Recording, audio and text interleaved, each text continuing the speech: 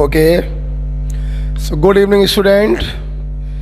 तो आज हम लोगों को ऑर्गेनिक केमिस्ट्री का आगाज़ करना है और जीओसी से चालू करेंगे। जीओसी में 3 चैप्टर्स होते हैं। आईयूपीएसी होता है, आइसोमेरिज्म होता है और मोस्ट इम्पॉर्टेंट रिएक्शन मैकेनिज्म होता है।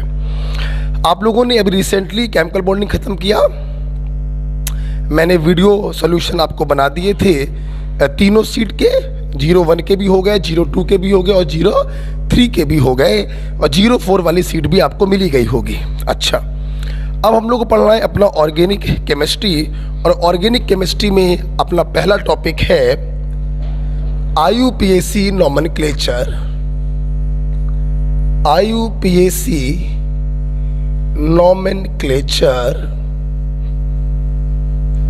Of organic compound. बड़ा ही इंटरेस्टिंग टॉपिक है। इंटरेस्टिंग तो पूरी केमिस्ट्री ही है। खैर आइए देखिए, वैसे तो आपको मालूम ही होगा आईयूपीएसी का फुल फॉर्म क्या होता है, फिर भी मैं बताना चाहूंगा, लिखते रहिएगा साथ में। International union of pure and applied chemistry. Pure and applied chemistry, right बेटा। अच्छा, अब हम क्या करने जा रहे हैं, हम आपको सबसे पहले कुछ बेसिक्स बताएंगे, फिर इसको चालू करेंगे। बेसिक्स क्या है, हमें पढ़ने ऑर्गेनिक कंपाउंड। तो सबसे पहला क्वेश्चन हमारे सामने यही आता है कि ऑर्गेनिक कंपाउंड्स क्या होते हैं। तो सभी को मालूम ही है, ऑर्गेनिक कंपाउंड्स बोले तो compounds of carbon. Compounds of carbon, कोई भी ऐसा कंपाउंड जिसमें आपको कार्बन दिखाई पड़ जाए, हम लोग उसे ऑर्गेनिक कंपाउंड कहते हैं। Except carbonate, bicarbonate, साइनेट,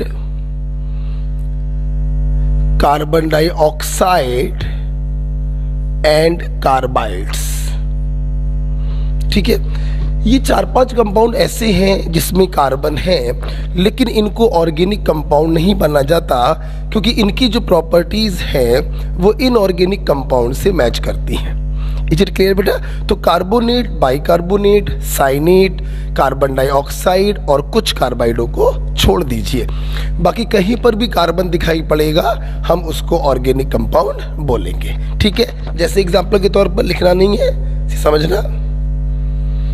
NH2CO NH2, what is this? This is urea. क्या कार्बन है? है। अगर कार्बन है तो ये ऑर्गेनिक कंपाउंड होगा। मैंने बोला C2H5OH, आप देख सकते हैं कार्बन है तो ऑर्गेनिक कंपाउंड होगा, राइट। अच्छा, अब हमारे दिमाग में क्वेश्चन ये आ रहा है कि पूरी पीरियोडिक टेबल में 118 एलिमेंट हैं। आखिर इस कार्बन के पास ऐसा क्या है कि ये इतने सारे कंपाउंड्स बनाता है, जिसको पढ़ने के लिए हमें एक अलग ब्रांच बनानी पड़ गई, ऑर्गेनिक केमिस्ट्री। आखिर इसके पास ऐसा क्या है? तो आपको मैं बताना चाहूंगा 2 चीजें। क्या रीजन है? तो रीजन क्या है? 2 चीजें रीजन है। पहला, कैटिनेशन पावर।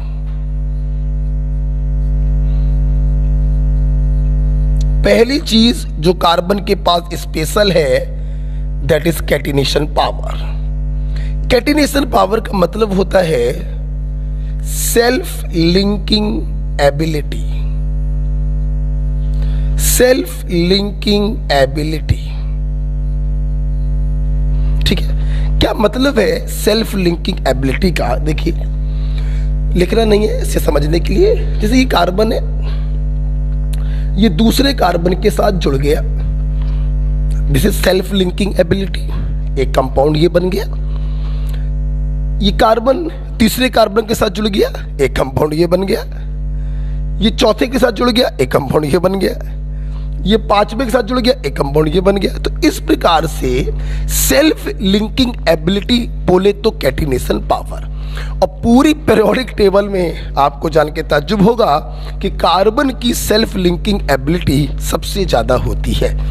इसलिए ये सैकड़ों हजारों की तादाद में जुड़ते चले जाते हैं और नंबर ऑफ कंपाउंड्स बनाते हैं, जिनकी स्टडी करने के लिए हमने एक नई ब्रांच बनाई है ऑर्गेनिक केमिस्ट्री। ओके, तो this self linking ability is called catenation power and it is the maximum for carbon, maximum for carbon in periodic table।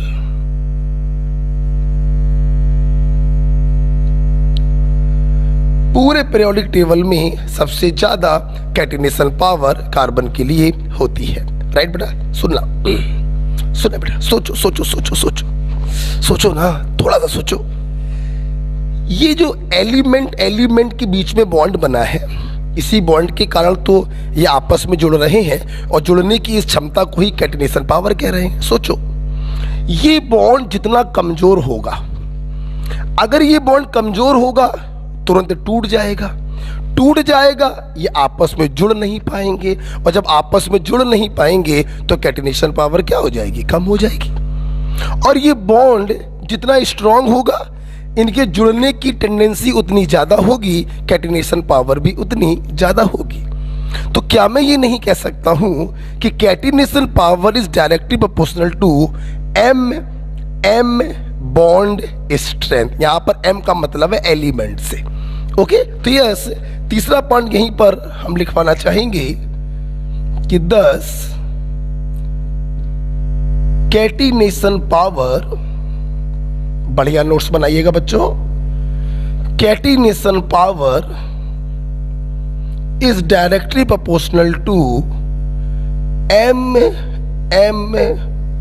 Bond strength. M bond strength जितनी ज्यादा होगी, उसकी कैटिनेशन पावर भी उतनी ज्यादा होगी।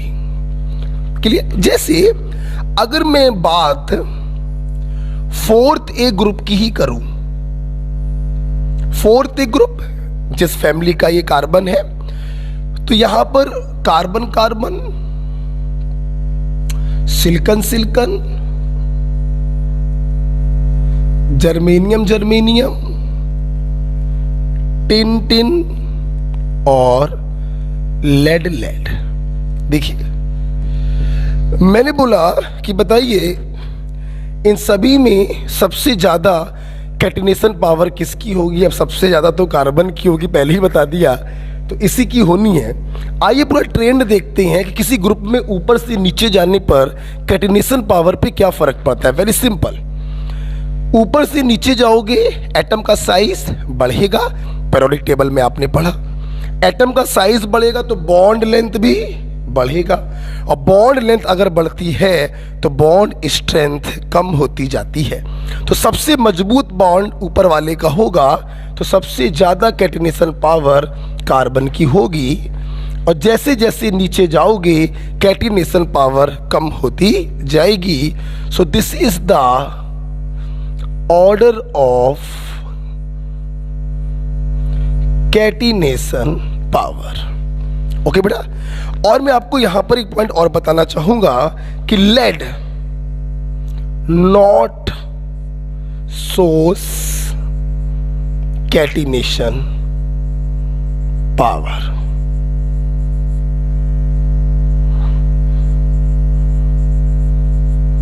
NCERT का कहना है कि लेड की कैटिनेशन पावर सबसे कम क्या होती है, इसकी कैटिनेशन पावर होती ही नहीं है, इसकी सेल्फ लिंकिंग एबिलिटी 0 होती है। Okay, according to NCERT. सवाल आ सकता है चौथे ग्रुप का वो कौन सा मेंबर है जो कैटिनेशन पावर शो नहीं करता? The answer is lead. Okay, तो पहला रीजन कि कार्बन इतना अलबेला क्यों है, इतने सारे कंपाउंड क्यों बनाता है, आपने देखा कैटिनेशन पावर। Got it? लिख लिया बेटा। तो आइए अब हम लोग चल रहे हैं दूसरा रीजन देने आपको। दूसरा रीजन क्या है, कार्बन इतने सारे कंपाउंड क्यों बनाता है? दूसरा रीजन है टेट्रा वैलेंट नेचर। दूसरा रीजन है टेट्रा वैलेंट नेचर। सुनो बेटा, आपको ये तो मालूम ही है कार्बन जो है वो फोर्थ ग्रुप का है, तो फोर्थ ग्रुप का होने के कारण इसके वैलेंस सेल में 4 इलेक्ट्रॉन है। 4 इलेक्ट्रॉनों की कमी है, क्या करेगा ये 4 बॉन्ड बनाएगा, अपने चारों इलेक्ट्रॉनों का साझा करेगा। तो बहुत ही आसान सी बात है, इस इलेक्ट्रॉन का साझा करके एक बॉन्ड, इस इलेक्ट्रॉन का साझा करके दूसरा बॉन्ड, इस इलेक्ट्रॉन का साझा करके तीसरा बॉन्ड और इस इलेक्ट्रॉन का साझा करके चौथा बॉन्ड। तो आप देख सकते हैं कार्बन ने अपने ऑक्टेट को पूरा कर लिया और इसमें कितनी वैलेंसी है इसकी 4। मतलब एक अकेला कार्बन 4 लोगों को एक साथ लपेट सकता है। इसकी जोड़ने की क्षमता कितनी है 4। और आपको मैं बताना चाहूंगा, एक साइंटिस्ट थे वॉन टॉफ और दूसरे थे लीबेल। इन 2 वैज्ञानिकों ने हमें बताया कि कार्बन की जो 4 वैलेंसी होती हैं ये टेट्राहेड्रली ओरिएंटेड होती हैं। बेटा बोलो कैसे? टेट्राहेड्रली ओरिएंटेड होती हैं। लिखेंगे according to van't Hoff and Le Bel, all valency of carbon are oriented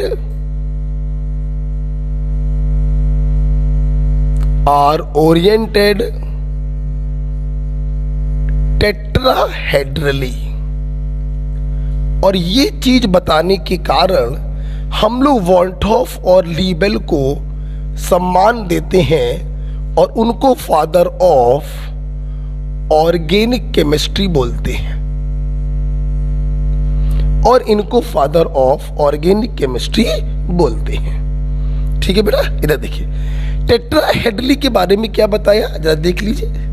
अभी तो मैंने आपको मोटा मोटा ये बता दिया कि कार्बन 4 बॉन्ड बनाता है।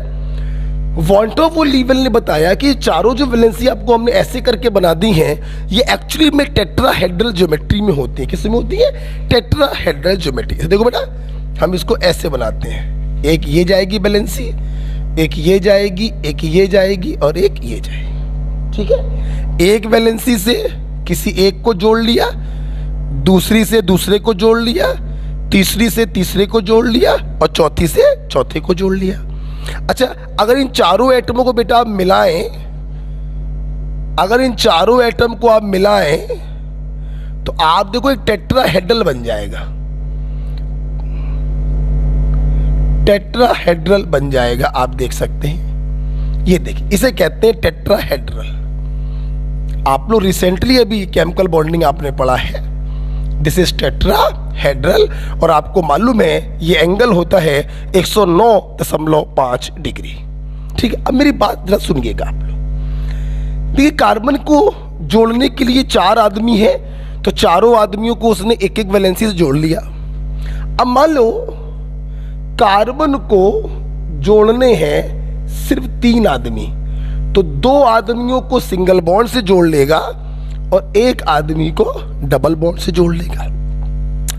मेरे बच्चों ने अभी अभी केमिकल बॉन्डिंग पढ़ी है कि single bonds are always sigma bond, right?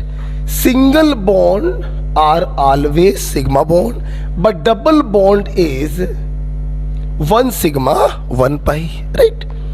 मान लो कार्बन को जोड़ने के लिए सिर्फ 2 लोग थे, तो एक को पकड़ लेगा सिंगल से, एक को पकड़ लेगा ट्रिपल से। वैलेंसी तो कार्बन की 4 ही रहनी है। या आप ऐसे भी कह सकते हैं कि दोनों को पकड़ लेगा डबल डबल से, राइट? तो यहां पर भी आप देख सकते हैं सिग्मा और pi. Single bond is always sigma, triple bond is 1 sigma 2 pi, double bond is 1 sigma 1 pi, double bond is 1 sigma 1 pi. अब कुछ बच्चों के मन में क्या आ रहा होगा कि सर मान लो कार्बन को जोड़ने के लिए सिर्फ एक ही आदमी है, तो इसका मतलब कार्बन चारों वैलेंसी से उसको जोड़ लेगा, तो बेटा आप ये गलत सोच रहे हैं ना। दो एटमों के बीच में अधिकतम बॉन्डों की संख्या 3 ही हो सकती है, अधिकतम बॉन्ड ऑर्डर 3 ही हो सकता है, मतलब 4 बॉन्ड दो एटमों के बीच में नहीं बन सकते हैं। आपको रीजन मालूम है? Because maximum bond order can be 3। ये आपने केमिकल बॉन्डिंग में पढ़ा था। एक्सेप्शन को देखो ध्यान में नहीं रखते। CO+ एक एक्सेप्शन भी लिखवाया था जिसमें मैक्सिमम बॉन्ड ऑर्डर 3.5 हो गया था, 4 तो उसमें भी नहीं हो पाया था। ठीक है ना? तो दो एटम के बीच में 4 बॉन्ड नहीं बन सकते हैं, मैक्सिमम 3 बॉन्ड का फॉर्मेशन हो सकता है। तो ये सेकंड रीजन है कि कार्बन जो है इतने सारे कंपाउंड क्यों बनाता है। एक अकेला कार्बन 4 लोगों को अटैच कर सकता है, this is the reason. Okay, बात बड़ा क्लियर हो गई। चलिए भाई, एक ये बेसिक बात हमने आपको बता दी। अच्छा बेटा, फादर ऑफ ऑर्गेनिक केमिस्ट्री कौन है बेटा बताओ? वॉन्टॉफ एंड लीबेल। जब बात ये उठी गई है तो एक बात और लिख लीजिएगा कहीं पर, अगर कोई आपसे पूछे फादर ऑफ केमिस्ट्री, तो फादर ऑफ केमिस्ट्री है लेवोजियर। बेटा बोलो कौन है? Lavoisier. Father of organic chemistry van't Hoff and Le Bel है, और फादर ऑफ केमिस्ट्री बेटा लेवोजियर है। ओके, चल आगे बढ़े बेटा। इतना पढ़ाने के बाद अब मैं आपको बताना चाहूंगा कुछ हिस्टोरिकल बैकग्राउंड कि ऑर्गेनिक कंपाउंड की डिस्कवरी कैसे हुई, पहले के वैज्ञानिक क्या सोचते थे। आइए हिस्टोरिकल बैकग्राउंड की तरफ चलते हैं, इसको हटा दे रहे हैं। ठीक है, आइए हिस्टोरिकल बैकग्राउंड में हमारे पास सबसे पहली थ्योरी आई है बर्जीलियस वाइटल फोर्स थ्योरी। छोड़ो simple, vital force theory. Vital force theory जैसा कि मैंने अभी बोली दिया, बाय बर्जीलियस, बाय बर्जीलियस। ठीक है, वाइटल फोर्स थ्योरी में बर्जीलियस ने कहा, बहुत पुरानी बात है बेटा ये, कि ऑर्गेनिक कंपाउंड को लिविंग सेल के अंदर ही बनाया जा सकता है।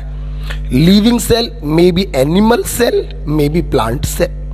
लेकिन अगर आप ये सोचें कि लेबोरेटरी में ऑर्गेनिक कंपाउंड हम बनाना चाहें तो हम नहीं बना सकते। This is called vital force theory given by Berzelius. Right बेटा? तो इन्होंने बताया according him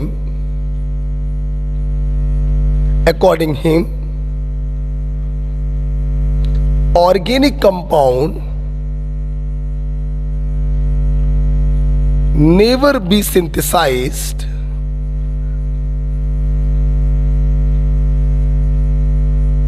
in laboratory.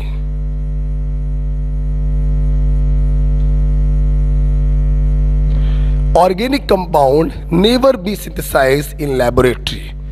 Okay, outside to living cell, laboratory में इनको बनाया नहीं जा सकता। बहुत समय तक बेटा लोगों को यही गलतफहमी बनी रही वाइटल फोर्स थ्योरी की।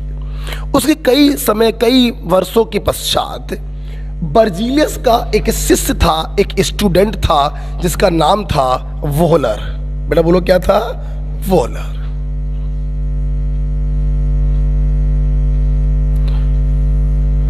वोहलर साहब जो थे बेटा, ये अपनी लैब में एक एक्सपेरिमेंट कर रहे थे। क्या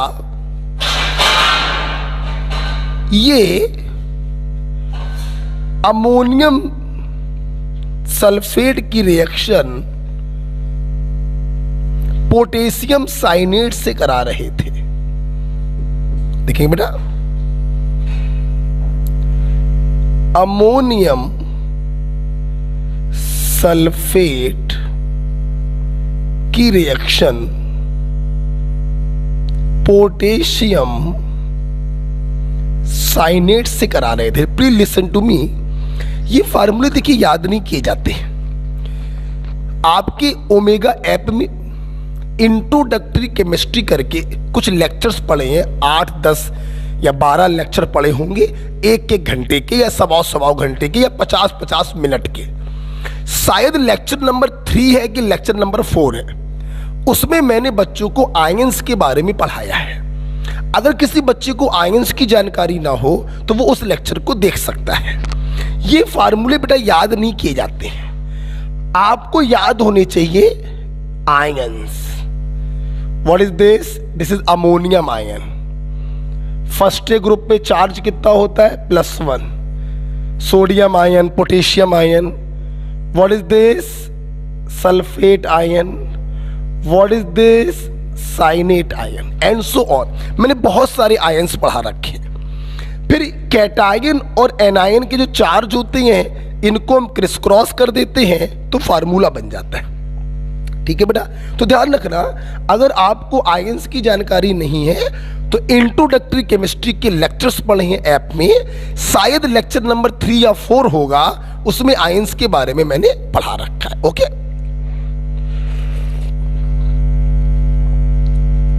सुनना बेटा मेरी बात। हुआ क्या, वोहलर साहब का मकसद ऑर्गेनिक कंपाउंड को बनाना नहीं था ना, ये तो सिर्फ अमोनियम सल्फेट की रिएक्शन पोटेशियम साइनेट से करा रहे थे। क्या हुआ, अमोनियम ने साइनेट को ले लिया और पोटेशियम जो है वो सल्फेट को लेकर अलग हो गया। लकली क्या हुआ, जिस टेस्ट ट्यूब में ये रिएक्शन चल रही थी, लकली वो टेस्ट ट्यूब थोड़ी सी गर्म हो गई। वोहलर साहब का ध्यान थोड़ा सा एक्सपेरिमेंट से हट गया और उतने में टेस्ट ट्यूब क्या हो गई, गर्म हो गई। गर्म होने से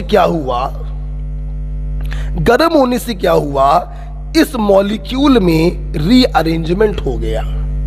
बेटा बोलो क्या हो गया?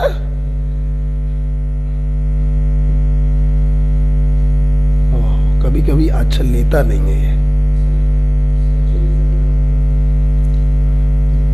कभी कभी क्या होता है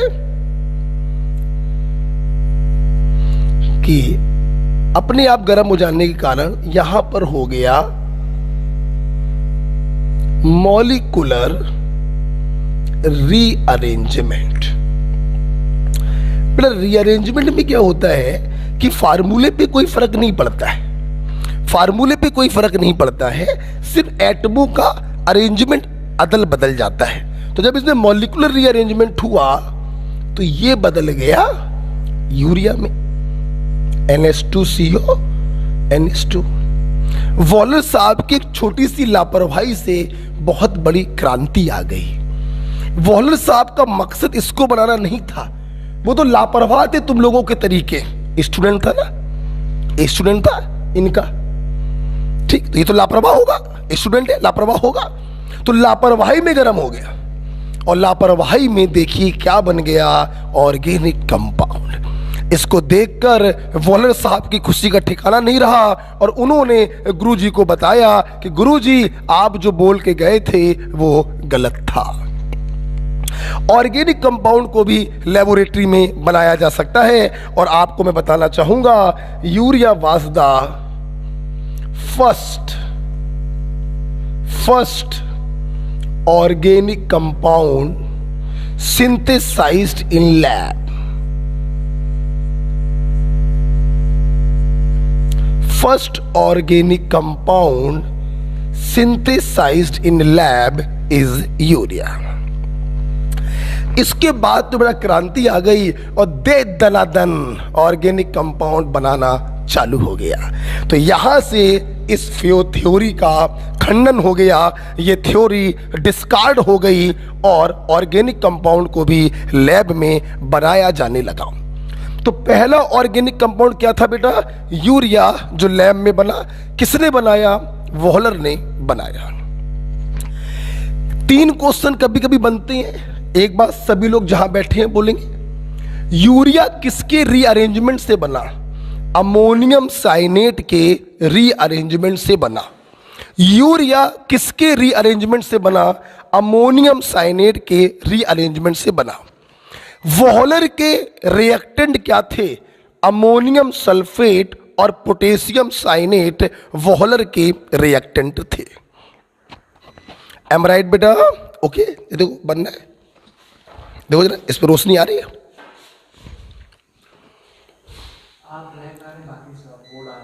बोर्ड आ रहा है? ओके, इज इट क्लियर बेटा? अच्छा भाई, ये हिस्टोरिकल बैकग्राउंड हो गया। अच्छा, हिस्टोरिकल बैकग्राउंड के बाद बेटा हम बात करना चाहेंगे अबाउट क्लासिफिकेशन की। क्लासिफिकेशन किसका बेटा? ऑर्गेनिक कंपाउंड का।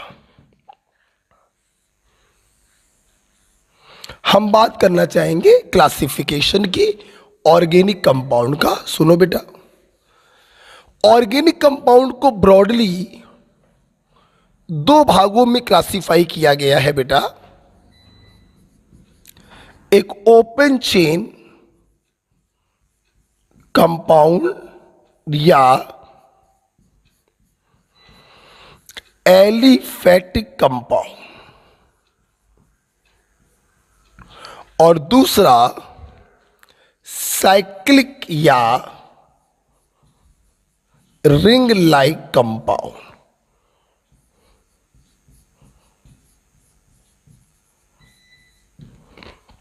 क्या है नहीं? ओके बेटा? अच्छा, ओपन चेन कंपाउंड और साइक्लिक कंपाउंड। सुनना बेटा, बेटा ओपन चेन कंपाउंड का मतलब क्या होता है? हाँ, आपने गाय भैंस या कुत्ता बांधने की शायद कभी लोहे की जंजीर देखी हो, छोटी छोटी कड़ियों से मिलकर बनती है।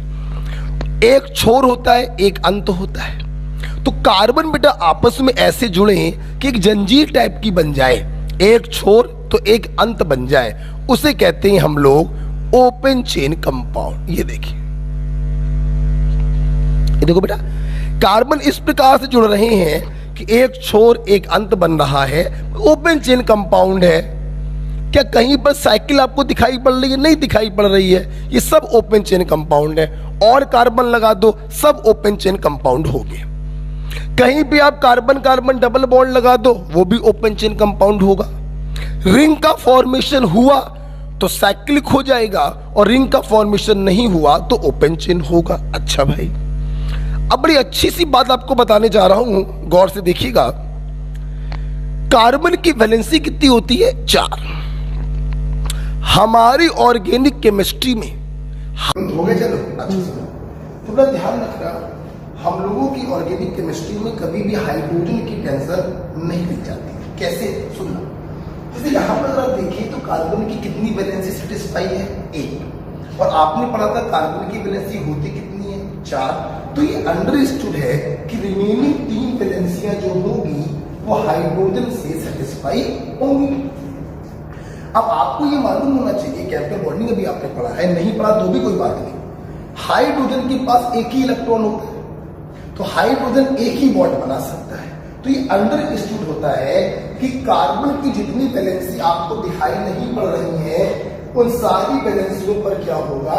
हाइड्रोजन। ये अंडरस्टूड है कि इस टर्मिनल कार्बन के पास 3 हाइड्रोजन होते हैं। बोलो भैया, इसकी 2 वैलेंसी सेटिस्फाइड दिखाई पड़ रही है, तो रिमेनिंग 2 वैलेंसी पर हाइड्रोजन होगा। इसकी 3 वैलेंसी दिखाई पड़ रही है, तो चौथी वैलेंसी पर हाइड्रोजन होगा। इसकी भी 3 वैलेंसी पर हाइड्रोजन होगा, और इसकी भी 3 वैलेंसी पर हाइड्रोजन होगा। तो हमारे केमिस्ट्री में कभी भी हाइड्रोजन की टेंशन नहीं ली जाती। गेट बंद करो। ओके, अब सुनो बेटा, ये आपने बहुत इसका ओपन स्ट्रक्चर बना दिया है, तो इतना बनाने में तो बहुत समय भी बर्बाद होता है और बहुत कागज भी खराब होगा। इसलिए हम लोग इसको ऐसे लिख देते हैं। देखो बेटा, CH3 single bond CH2 single bond CH single bond CH3 single bond CH3। इस चीज को हमने ऐसे लिख दिया। तो हमेशा ध्यान रखना, हमारी ऑर्गेनिक केमिस्ट्री में कार्बन की जितनी वैलेंसी दिखाई पड़ रही है, ठीक, और जो ना दिखाई पड़ रही हो उन वैलेंसियों पे क्या लगा होगा, हाइड्रोजन लगा होगा, राइट। तो these are called open chain compound. Cyclic compound समझ गए होंगे, साइकिल का पहिया बनेगा, ना कोई छोर होगा ना कोई अंत होगा।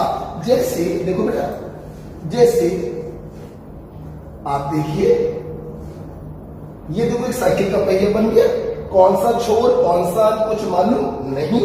These are called cyclic compound. अब एक फिर से देखा जाए, हमारे ऑर्गेनिक में ये जितने भी कॉर्नर्स होते हैं, ध्यान रखना बेटा, ये सारे कॉर्नर्स जो होते हैं वो कार्बन को रिप्रेजेंट करते हैं। प्लीज समझ देखिए, अब फिर से हो जाए, आपको बताना है हर कार्बन पर कितने हाइड्रोजन होंगे। इसकी 2 वैलेंसी सेटिस्फाई है, तो रिमेनिंग 2 वैलेंसी पर क्या होगा, हाइड्रोजन। इसकी भी रिमेनिंग 2 वैलेंसी पर क्या होगा, हाइड्रोजन। इसकी भी 2 वैलेंसी पर क्या होगा, हाइड्रोजन। इसकी भी 2 वैलेंसी पे क्या होगा, हाइड्रोजन। इसकी भी 2 वैलेंसी पे क्या होगा, हाइड्रोजन। और इसकी भी 2 वैलेंसी पर क्या होगा, हाइड्रोजन। तो ध्यान रखना बेटा, हाइड्रोजन की कभी टेंशन नहीं लेते। साइक्लिक कंपाउंड हो गया। मान लो एग्जांपल और भी हम आपको साइक्लिक का, ये ले, शायद आप इससे फैमिलियर हो कभी। What is this, this is benzene, this is benzene. अगर अब मैं आपसे पूछूं कि बताओ बेंजीन के प्रत्येक कार्बन के पास कितने हाइड्रोजन होंगे, तो उम्मीद करते हैं आप देख के बता दें। देखो जरा, हर कार्बन की 3 वैलेंसी सेटिस्फाई है, तो चौथी वैलेंसी पे क्या होगा, H होगा। ये अंडरस्टूड है, इसको सोचने की जरूरत नहीं। यही तो रीजन होता है बेटा कि बेंजीन का फार्मूला बनता है C6H6। C6H6 is the formula of benzene। Open chain compound हो गया और ये साइक्लिक कंपाउंड हो गया, ठीक है बेटा। अच्छा भाई, अब सुनना, ये जो बेटा साइक्लिक कंपाउंड्स होते हैं, ये जो साइक्लिक कंपाउंड्स बेटा होते हैं, ये फर्दर 2 भागों में क्लासिफाई किए जाते हैं। बेटा वो कितने भागों में, 2 भागों में क्लासिफाई किए जाते हैं। एक होमोसाइक्लिक और दूसरा हेटेरोसाइक्लिक, ठीक है। होमोसाइक्लिक और हेटेरोसाइक्लिक। सुनना बेटा, मेरे पास तो जगह नहीं है, आप समझ चुके हो कहां पे लिखना है। कुछ इसके नीचे लिखोगे, कुछ इसके नीचे लिखोगे, ठीक है। मैं पन्ने को हटा दे रहा हूं, राइट। सुनना बेटा, ओके। तो 2 प्रकार की क्या बताया हमने, एक बताया होमोसाइक्लिक और दूसरा बेटा बोलो क्या बताया, हेटेरोसाइक्लिक। अब जैसा को देखिए, होमो का मतलब होता है समान, समान, एक जैसे, मीन्स सारे एटम क्या हो, एक जैसे एटम, एक जैसे एटम्स इन रिंग। जिन एटमों ने रिंग को बनाया है वो सारी एटम क्या होने चाहिए, एक जैसे एटम्स इन रिंग। और हेटेरो का मतलब क्या होता है, डिफरेंट। जिन एटमों ने रिंग बनाई है उनमें से कोई एटम कार्बन के अलावा कुछ और आ जाए तो उसे कहेंगे हेटेरो एटम। फॉर एग्जाम्पल इधर देखो, मैंने ये दिया, मान लो एक डबल बॉन्ड लगा दिया, और मैंने आपको ये दिया।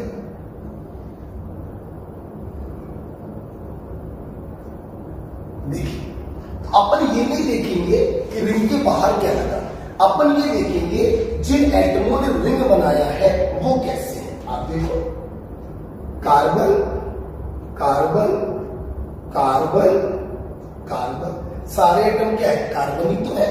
कैसा हो गया, होमोसाइक्लिक हो गया।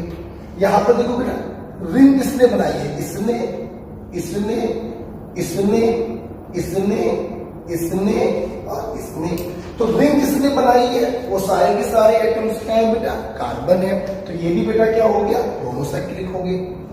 अब बाहर क्या लगा? अपन को उससे कोई मतलब नहीं होता है, ठीक है। ये एटम सेम होने चाहिए, रिंग वाले एटम। तो यहां पर देखो, मैंने आपको ये दे दिया, मान लीजिए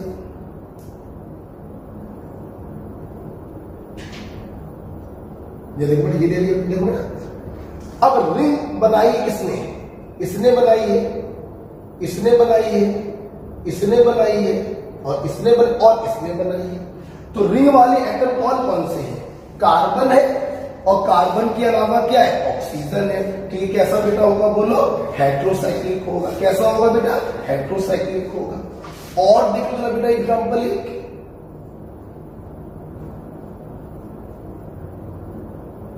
आप ध्यान देखो बेटा, रिंग किसने किसने बनाई है? 5 तो कार्बनों ने रिंग बनाई है और छठवां क्या हो गया? नाइट्रोजन। तो कार्बन के अलावा आ गया, तो ये क्या हो गया? हेट्रोसाइक्लिक हो गया। तो रिंग में जो एटम्स होते हैं, जिन्होंने रिंग बनाई होती है, उनको देखते हैं। रिंग के बाहर क्या लगा, हमें उससे कोई मतलब नहीं होता, ठीक है। अच्छा भाई, आप सुनना मेरी बात। आप किताबों को खोल के देखेंगे तो आपको ये होमोसाइक्लिक और हेट्रोसाइक्लिक फर्दर क्लासिफाइड मिल जाएंगे। बेंजीन, एरोमेटिक कंपाउंड और नॉन एरोमेटिक कंपाउंड। सुनना, एरोमेटिक और नॉन एरोमेटिक की डिटेल में हम लोग पढ़ते हैं रिएक्शन मैकेनिज्म में। अभी तो नहीं बता सकते आपको, तो अभी मैं आपको बस एक मोटी मोटी डेफिनेशन बता सकता हूं एरोमेटिक की, जो सही नहीं है, बस मोटी मोटी ये काम करेंगे। क्या? अगर रिंग के अंदर अल्टरनेट फैशन में डबल सिंगल बॉन्ड लगे हैं तो यूजली वो एरोमेटिक होता है। ये देखिए, double single double single double single double single, तो हम कह सकते हैं कि ये एरोमेटिक होगा। डबल सिंगल सिंगल लो, ये एरोमेटिक नहीं होगा, नहीं होगा। Double single double single double single double single होगा। तो अगर मैं आपसे कहूं इसको आप क्या बोलेंगे? ध्यान देखना, रिंग के सारे एटम सेम है, तो आपने इसको क्या बोला? होमोसाइक्लिक। ओके, क्या ये एरोमेटिक है? नहीं, तो आपने बोला non aromatic. Okay, homocyclic, non aromatic. तेरा बगल वाले को देखो, तेरा बगल वाले को बेटा, रिंग के सारे एटम तो सेम है, तो होमोसाइक्लिक तो होगा ही होगा। और एरोमेटिक भी लग रहा है, तो होमोसाइक्लिक एरोमेटिक बोल सकते हैं। बेटा बोलो बेटा, बड़ा भावना क्लियर हो रही है? अच्छा, अब बताओ इसको क्या बोलोगे? होमो बोलोगे कि हेट्रो बोलोगे? हेट्रो बोलोगे। एरोमेटिक की नॉन एरोमेटिक? Non aromatic. ये बोला जाएगा हेट्रोसाइक्लिक नॉन एरोमेटिक। अगर समझ में आए तो आप तो इसको क्या बोलोगे? होगा तो हेट्रोसाइक्लिक, लेकिन क्या होगा? एरोमेटिक। Heterocyclic aromatic. शायद आपको ये दिखाई ना पड़ रहा हो, नहीं दिखाई पड़ रहा है, नहीं दिखाई पड़ रहा है ना? दोबारा देखते हैं, हो सकता है कैमरे में दिखाई ना पड़े बच्चों को। Homocyclic non aromatic. ओके बेटा, तो मैं उम्मीद करता हूं कि आपको ऑर्गेनिक कंपाउंड का क्लासिफिकेशन समझ में आया, ठीक है। एक बार फिर देखो बेटा, organic compound compounds of carbon except carbonate, bicarbonate, cyanate, carbon dioxide and few carbonate. Carbon की कैटिनेशन पावर पूरी पीरियोडिक टेबल में सबसे ज्यादा होती है। कार्बन का टेट्रावैलेंट नेचर होता है, टेट्राहेड्रली चारों वैलेंसी ओरिएंटेड होती है, ऐसा वॉल्ट्रॉफ और लीबेल ने बताया था, इसलिए इनको फादर ऑफ ऑर्गेनिक केमिस्ट्री कहते हैं। बात करें क्लासिफिकेशन की, ओपन चेन कंपाउंड और साइक्लिक कंपाउंड। रिंग बने तो साइकिल, रिंग ना बने तो ओपन चेन। हाइड्रोजन की टेंशन ऑर्गेनिक केमिस्ट्री में नहीं ली जाती है, कोई जितनी वैलेंसी आपको ना दिखाई पड़े हर उस वैलेंसी पर हाइड्रोजन होता है। रिंग के सारे एटम एक जैसे हैं तो होमोसाइक्लिक है, और कोई एटम कार्बन के अलावा कुछ और हो गया तो हेटेरोसाइक्लिक होगा। Alternate single and double bond है तो एरोमेटिक होंगे, और नहीं है तो नॉन एरोमेटिक होंगे। गॉट इट बेटा? इस क्लासिफिकेशन के बाद मैं डाला उसको, इस क्लासिफिकेशन के बाद मैं चालू करने जा रहा हूं नया point, that is hydrocarbon.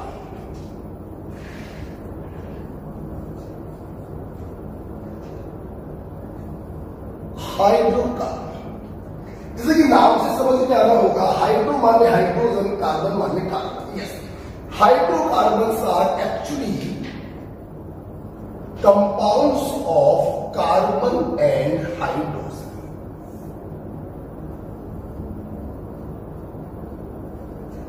Compounds of carbon and hydrogen are called hydrocarbon. इनके अंदर सिर्फ दो ही एलिमेंट होंगे, कार्बन और हाइड्रोजन। ये जो हाइड्रोकार्बन होते हैं ये दो प्रकार के होते हैं, सॉरी 3 प्रकार के होते हैं, एल्केन और पैराफिन,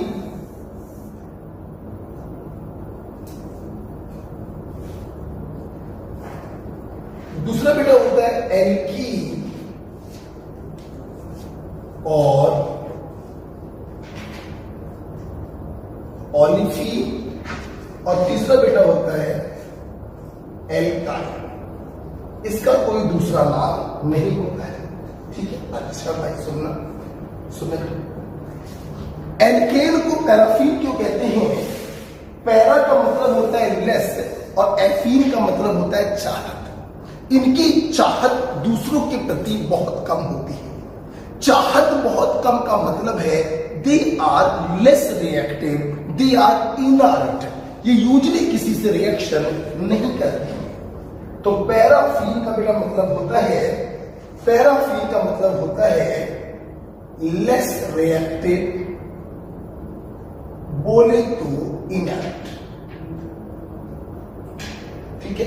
और ओलिफिन का मेरा मतलब होता है ऑयल लाइक, इसलिए एल्कीन को ओलिफिन कहते हैं, और लेस रिएक्टिव या इनर्ट होने के कारण एल्कीन को पैराफिन कहते हैं। आपने 11th-12th में पढ़ा होगा कि एल्कीन हाई टेम्परेचर पर लोगों से रिएक्शन करते हैं, क्योंकि नॉर्मल टेम्परेचर पर ये क्या होते हैं? इनर्ट होते हैं, ठीक है? अब आइए हम लोग बात करें एल्केन, एल्कीन, एल्काइन को पहचानेंगे कैसे। पहला पॉइंट, एल्केन को कैसे पहचानेंगे? Very simple, single bond between each carbon.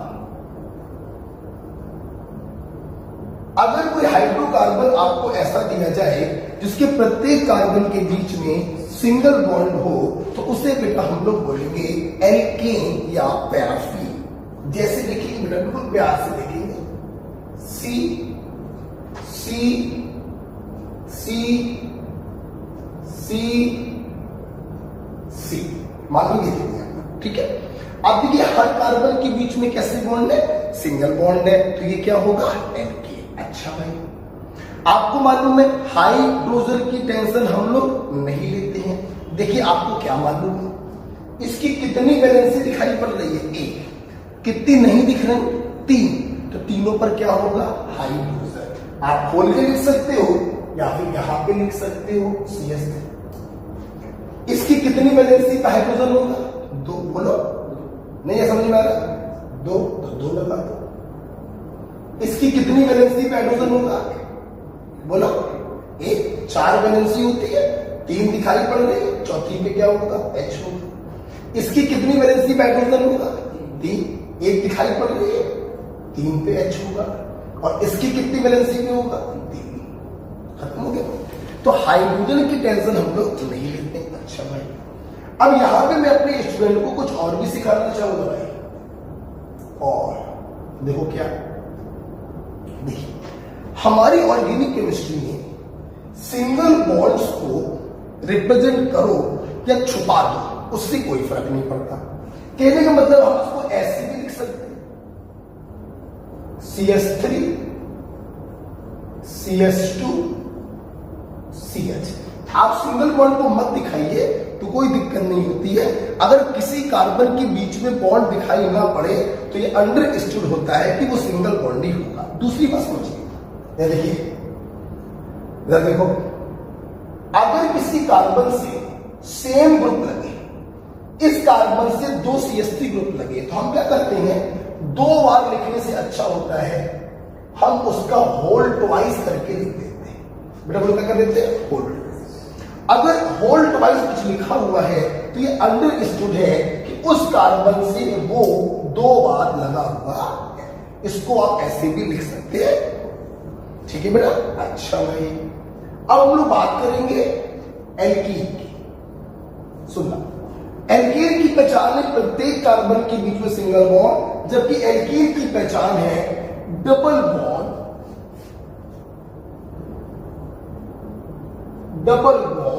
Between any 2 carbon. सबके बीच जरूरी नहीं है, बिटवीन एनी 2 कार्बन। किन्हीं भी 2 कार्बन के बीच में अगर डबल बॉन्ड आ गया तो हम उसे बोलेंगे alkene. For example C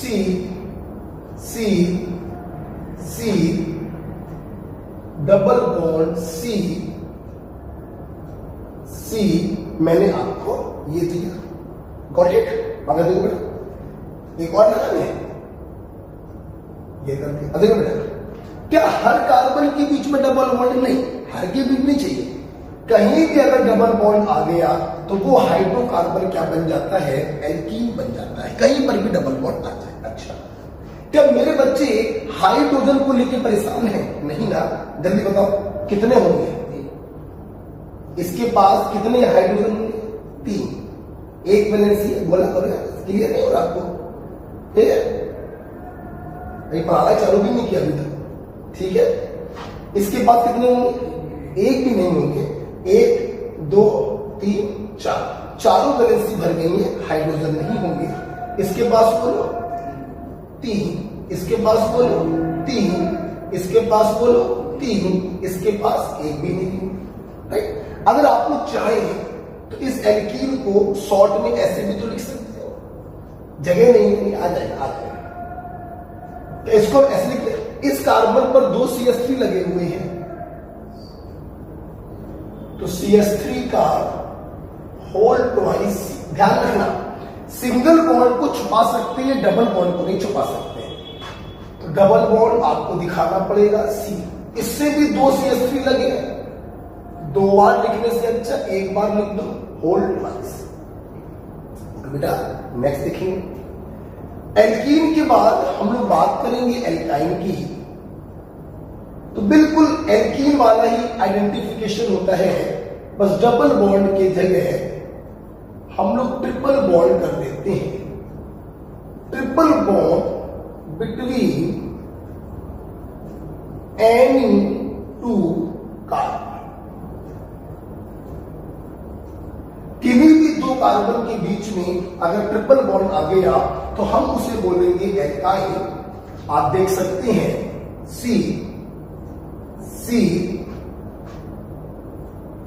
triple bond C। क्या सबके बीच में ट्रिपल बॉन्ड नहीं, किन्हीं भी 2 के बीच में आ गया तो एल्काइन बन गया। मैं उम्मीद करता हूं अब आपको हाइड्रोजन की टेंशन नहीं होगी, राइट। आप अगर इसको शॉर्ट में लिखना चाहते हैं तो मेरे बच्चे जानते हैं हम लोग सिर्फ सिंगल बॉन्ड को छुपा सकते हैं, डबल या ट्रिपल बॉन्ड को नहीं छुपा सकते। बहुत ज्यादा आप शॉर्ट में ऐसे लिख सकते हो बस, okay. Just listen to me. थोड़ा पानी जरा पी लिया जाए, बहुत तेज से बोल रहे हैं। उसको लिख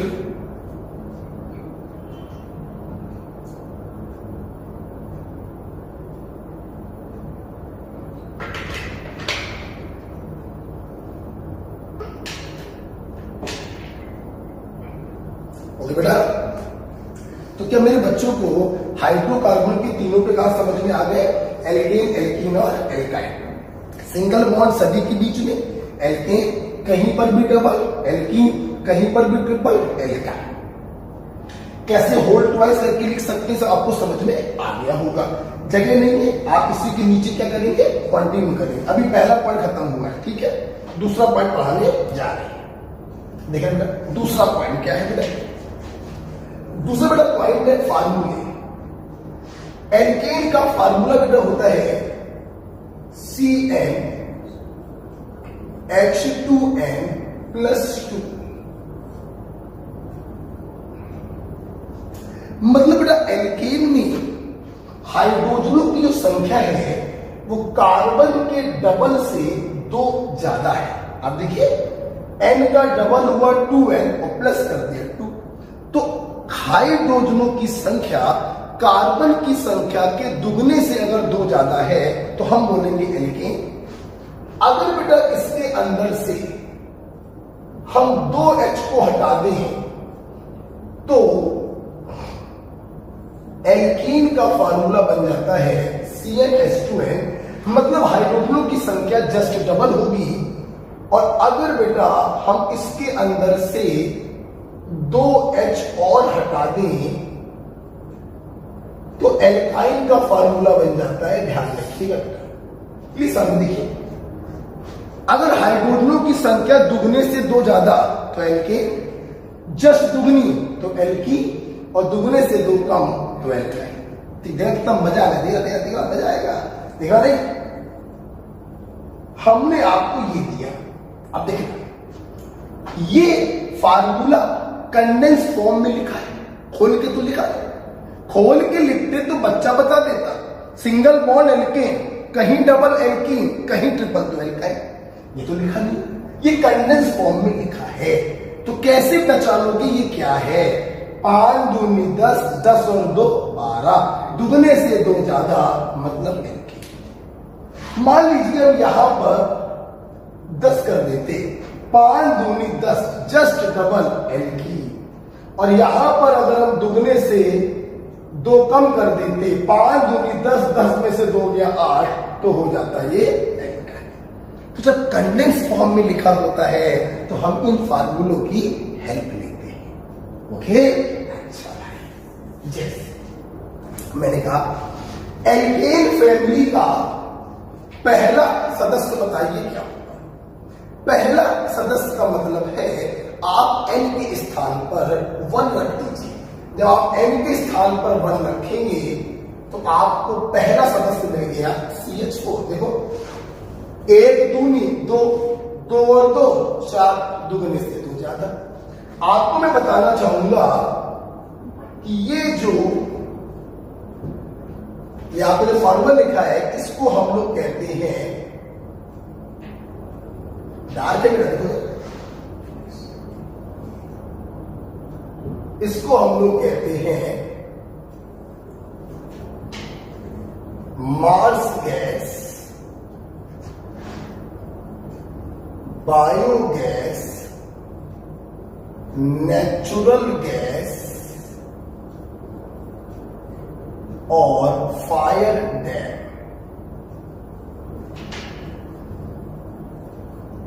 ठीक है बेटा? CH4, the first member of alkene is CH4। इसके नाम है marsh gas, biogas, natural gas और फायर गैस। हम लोग इसको मीथेन भी कहते हैं, वो इसका IUPAC नाम है, जो करना हम आपको सिखाएंगे। ठीक है, अच्छा सुनिए बेटा, मैंने बोला एल्कीन और एल्काइन फैमिली का पहला सदस्य बताइए, तो आपने n की जगह पे क्या रख दिया? 1। ध्यान रखिए इनका n बराबर 1 एग्जिस्ट नहीं करता है। अगर आपको इनका पहला सदस्य बताना है तो n बराबर 1 नहीं, n बराबर 2 से आएगा। 2 दूनी 4। Is it clear? यहां पे क्या आएगा? 2 दूनी 4, 4 में से 2 गया। ठीक है, IUPAC नाम तो मैं अभी आपको सिखा दूंगा, अभी आप इनकी कॉमन नेम समझ लीजिए। इसको हम लोग एथिलीन के नाम से जानते हैं। और इसका नाम तो बहुत ही पॉपुलर है, एसिटिलीन। बेटा बोलो क्या नाम है? एसिटिलीन। ये याद करने पड़ेंगे बेटा, इनको करने कोई तरीका नहीं होता है। मार्स गैस बोले तो मीथेन, और एथिलीन बोले तो C2H4, और एसिटिलीन बोले तो C2H2। ध्यान से अगर आप देखिए, मैंने जो कॉमन नेम बताए हैं वो तीनों फैमिली के फर्स्ट मेंबर के ही बताए हैं। इसका फर्स्ट मेंबर फर्स्ट कार्बन वाला ही होता है, और इनके फर्स्ट मेंबर सेकंड कार्बन वाले होते हैं। ओके, तो क्या आपको ये फार्मूले समझ में आ गए बेटा? अच्छा बेटा, ओके।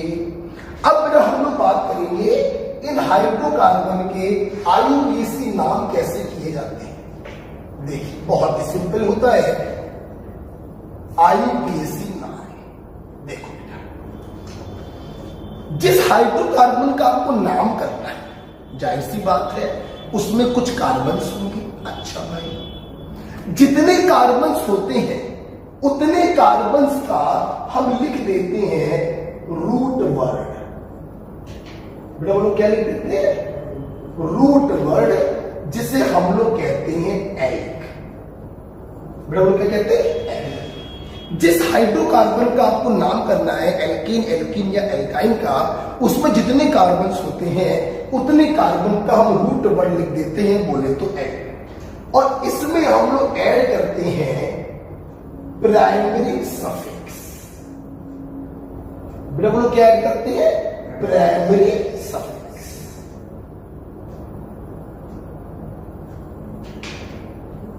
ये किसी का भी IUPAC नाम आप कर सकते हो, एल्केन, एल्कीन और एल्काइन का। देखिए बेटा, what is primary suffix? Just listen to मी।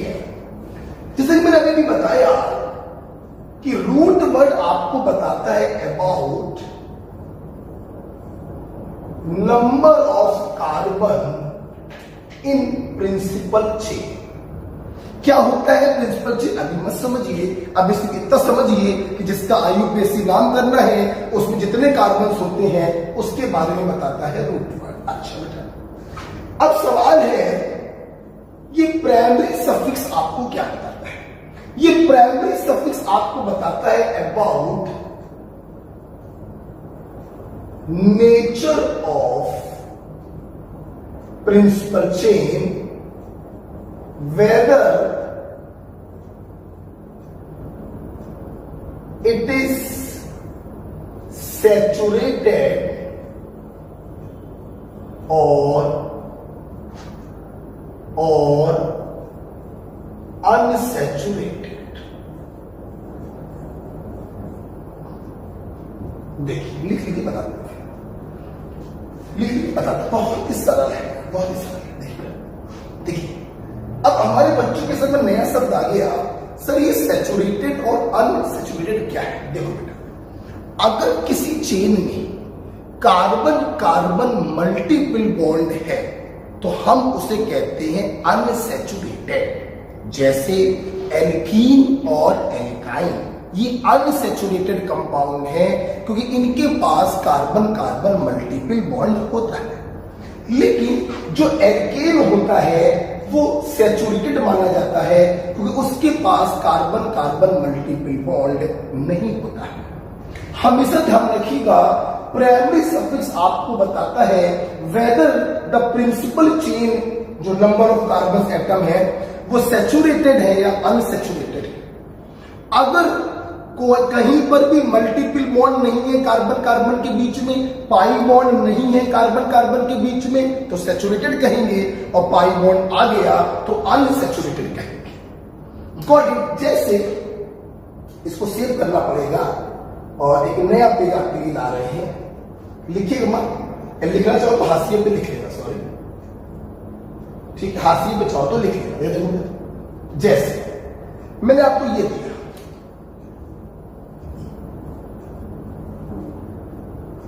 और मैंने आपसे पूछा सैचुरेटेड या अनसैचुरेटेड, तो saturated. Carbon carbon multiple bond अगर है तो अनसैचुरेटेड होगा। यहां पे मल्टीपल बॉन्ड कार्बन ऑक्सीजन के बीच में, हमें इससे मतलब नहीं, हम तो इसको क्या बोलेंगे? सैचुरेटेड ही बोलेंगे। ओके बेटा, हमने आपको दिया यस, ये क्या होगा, ये अनसैचुरेटेड कंपाउंड होगा। ये सैचुरेटेड कंपाउंड है और ये अनसैचुरेटेड कंपाउंड है।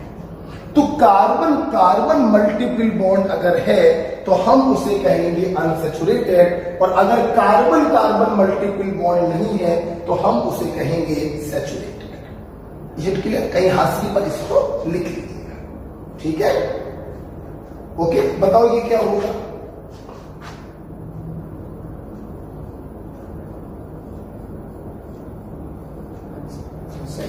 बोलो, saturated. Carbon nitrogen multiple bond नहीं, कार्बन कार्बन मल्टीपल बॉन्ड होने पर अनसैचुरेटेड बोलते हैं। यहां पे कार्बन कार्बन मल्टीपल बॉन्ड नहीं है, this is also saturated.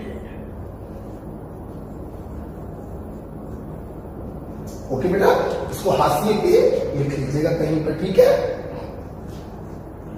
Okay, अच्छा, मैं वापस से अपने पेज पर आ जाऊं जहां पे मैं आयु पेज सिखा रहा था आपको। हटा दो बेटा, इसको हटा दो बेटा। देखिए, हम लोग हाइड्रोकार्बन के आईयूपीएसी नाम कैसे करेंगे? जितने कार्बन हो उसका रूट वर्ड बोले तो एल्क लिख देंगे और प्लस करेंगे प्राइमरी सफिक्स। अब देखना, प्राइमरी सफिक्स सैचुरेटेड मतलब कहीं पर भी मल्टीपल बॉन्ड नहीं होगा, मतलब वो एल्केन होगा। तो सैचुरेटेड का प्राइमरी सफिक्स होता है ए। बोलो क्या होता है? ए। और अनसैचुरेटेड का प्राइमरी सफिक्स होता है, अगर डबल बॉन्ड है तो ई, और अगर ट्रिपल बॉन्ड है तो आई। ओके, सिंगल बॉन्ड सैचुरेटेड है तो प्राइमरी सफिक्स होगा ए, और डबल बॉन्ड आ गया तो ई, और ट्रिपल बॉन्ड आ गया तो आई। ठीक है? अच्छा, अब यहां मेरे बच्चे सोच रहे होंगे सर ये तो समझ गए हम प्राइमरी सफिक्स क्या होता है, सर ये रूट वर्ड का क्या मतलब है? कितने कार्बन होने पे रूट वर्ड क्या होगा, कितने कार्बन होने पे एल्क क्या होगा? आइए तो वो देख ले, ऊपर रख कर गए, देखिए बेटा, देखिए प्लीज सामने देखिए बेटा, आराम से पढ़ेंगे, बहुत ही इंटरेस्टिंग टॉपिक है। नंबर ऑफ कार्बन और उसका एल्क। एल्क को क्या बोल सकते हैं? Root word. देखिए देखिए, एक कार्बन, दो कार्बन, तीन कार्बन, चार कार्बन, पांच कार्बन, छह कार्बन, सात कार्बन, 8, 9, 10। अगर प्रिंसिपल चेन में एक कार्बन होता है तो इसका रूट वर्ड होता है meth, eth, pro, but, pent, hex, hept, oct, known,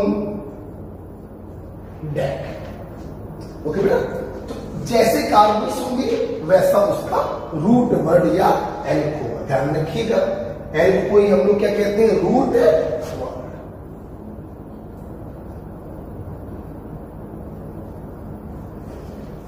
ठीक है बेटा? अच्छा सुनो, एक दो और लिख लो। जैसे देखो बेटा, मान लो 11 कार्बन हो जाए, 12 कार्बन हो जाए, तो 11 का बेटा बोलो अनडेक, 12 का बेटा बोलो डोडेक, 13 का ट्राइडेक, एंड सो। ठीक है, काफी सारे बता देते थे लेकिन जरूरत बेटा नहीं है, अब इतने में काम हो जाएगा। राइट? आइए अब चलिए हम लोग एग्जाम्पल्स देखते हैं। जैसे जैसे चलिए ये दे दिया, ये दे दिया और ये दे दिया। ठीक, मैंने पूछा इन सब के आईयूपीएसी नहीं बताइए। देखो बेटा, पहले मेरे बच्चे ये बताए आपने कैसे समझा ये कौन सा हाइड्रोकार्बन है? हमने खोल के तो बनाया नहीं है, तो कैसे समझोगे? फार्मूले से समझेंगे। 5 दूनी 10, 10 और 2 12, दुगने से 2 ज्यादा है, मतलब ये एल्केन होगा। अच्छा, कितने कार्बन? 5। 5 कार्बन का रूट वर्ड क्या होगा? पेंट। ठीक है, चूंकि ये एल्केन है, सैचुरेटेड है, तो प्राइमरी सफिक्स क्या होगा? ए। तो रूट वर्ड में आपने प्राइमरी सफिक्स जोड़ दिया, आईयूपीएसी नाम बन गया पेंटेन। बेटा बोलो क्या बन गया? पेंटेन। ठीक है, इधर कैसे पहचाना तुमने कौन सा हाइड्रोकार्बन है? 2 दूनी 4, जस्ट दुगनी हाइड्रोजन है, मतलब ये एल्कीन होगा। ओके, 2 कार्बन का रूट वर्ड एथ। ओके, एल्कीन का सफिक्स क्या होता है? ई। एथ ई, आईयूपीएसी ने एथी, जबकि इसके पहले मैंने इसी का कॉमन नेम बताया था एथिलीन। आईयूपीएसी नेम है एथीन। 2 दूनी 4, 4 में से 2 गया 2, दुगने से 2 कम है, मतलब ये एल्काइन है। 2 कार्बन का रूट वर्ड एथ, प्राइमरी सफिक्स आइन, आईयूपीएसी नेम इथाइन, जबकि इसी का मैंने कॉमन नेम आपको बताया था एसिटिलीन। ओके, इन दोनों के इन आईयूपीएसी नाम से ज्यादा पॉपुलर है इनके कॉमन नेम। इसको जल्दी में बच्चे एथिलीन बोल देते हैं और इसको जल्दी में बच्चे एसिटिलीन बोल देते हैं। ओके, मैं उम्मीद करता हूं आपको आईयूपीएसी क्लियर हो रहा है। ठीक है, बताइए अगर मैं आपको ये दे दूं तो क्या ख्याल है आपका?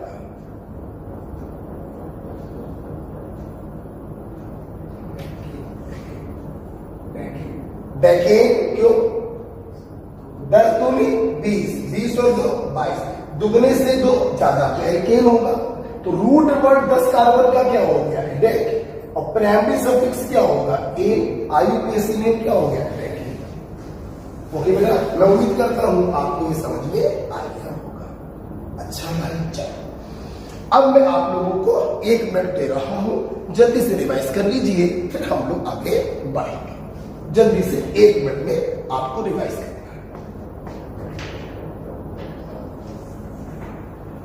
ये मत लिखिएगा, चलो रिवाइज करिए फटाफट, फिर मैं आगे बढ़ूंगा।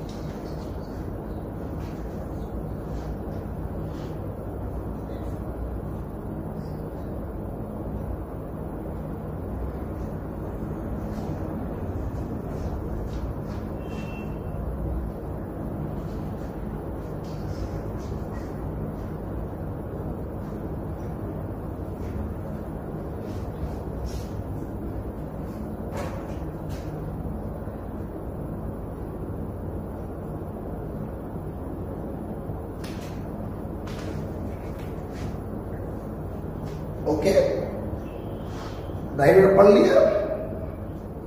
बताइए पूरी पीरियोडिक टेबल में सबसे ज्यादा कैटालिसिस पावर किसकी है? कार्बन की। इसीलिए हम लोग कार्बन के इतने सारे कंपाउंड बनते हैं कि पूरी अलग ब्रांच बनानी पड़ गई है ऑर्गेनिक केमिस्ट्री। ठीक है, अच्छा हाइड्रोबॉन्ड क्लियर हो चुका है सबको। अच्छा, अब हम लोग देखने जा रहे हैं होमोलोगस सीरीज। ये होमोलोगस सीरीज क्या होता है? देखिए हम कैसे पहचानेंगे कि हमारे सामने जो 2 मॉलिक्यूल लिखे हुए हैं ये होमोलोगस सीरीज के मेंबर्स हैं? आप जरा देखिए, होमोलोगस के लिए वो बनाते हैं, लिखेंगे having same functional group with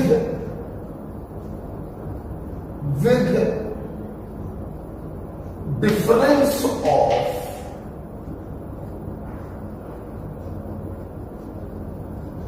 CS2 in adjacent member.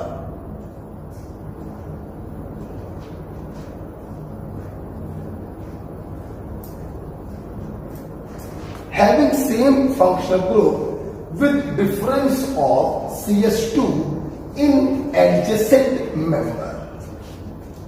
ठीक है बेटा? अच्छा सुना बेटा, ऐसी फैमिली या ऐसे दो मॉलिक्यूल जिनके फंक्शनल ग्रुप सेम हो और जिनके अगल बगल वाले सदस्यों में CS2 का डिफरेंस हो, उन्हें हम कहते हैं होमोलोगस सीरीज। फॉर एग्जाम्पल लिखिएगा मत, देखिएगा सब लोग। फॉर एग्जाम्पल ये एल्केन है बेटा, क्या है एल्केन, जो एल्कीन बना देते हैं, ये क्या है बेटा एल्कीन। अच्छा, एल्कीन का पहला सदस्य क्या होगा C2H2, 1 वाला तो बनती नहीं, दूसरा मतलब N बराबर 3 रख दो, C3H6, C4H8, C5H10। अब देखो, जब एल्कीन के फार्मूले से ही ये मॉलिक्यूल बनाए हैं तो फंक्शनल ग्रुप तो सबका क्या होगा सेम, ये भी एल्कीन होगी, ये भी एल्कीन, ये भी एल्कीन, ये भी एल्कीन। अब आप देखिए, अगर ऊपर वाले और नीचे वाले में देखें तो कितने का डिफरेंस है CS2 का, इसमें और इसमें देखो कितने का डिफरेंस है CS2 का, इसमें और इसमें देखो कितने का डिफरेंस है CS2 का। तो ऐसे मॉलिक्यूल जिनके फंक्शनल ग्रुप सेम हो और जिनके अगल बगल वाले सदस्यों में CS2 का डिफरेंस हो, हम उन्हें कहते हैं कि वो होमोलोगस सीरीज बना रहे हैं। बोलो क्या बना रहे हैं, होमोलोगस सीरीज। बोलो क्या बना रहे हैं, homologous series. Is it clear? मेरी कमेंट हजम हो गई। तो फंक्शनल ग्रुप सेम होने चाहिए और एडजेसेंट मेंबर में CS2 का डिफरेंस होना चाहिए। अच्छा भाई आप सुनना, अगर एडजेसेंट मेंबर के फार्मूले में CS2 का डिफरेंस है तो एडजेसेंट मॉलिक्यूल के मॉलिक्यूलर वेट में कितने का डिफरेंस होगा, जितने फार्मूले का डिफरेंस होगा उसी के वेट के बराबर मॉलिक्यूलर वेट में भी डिफरेंस होगा। तो चाहे वो लोग जिनके फार्मूले में CS2 का डिफरेंस हो, चाहे वो लोग जिनके वेट में 14 का डिफरेंस। ठीक है?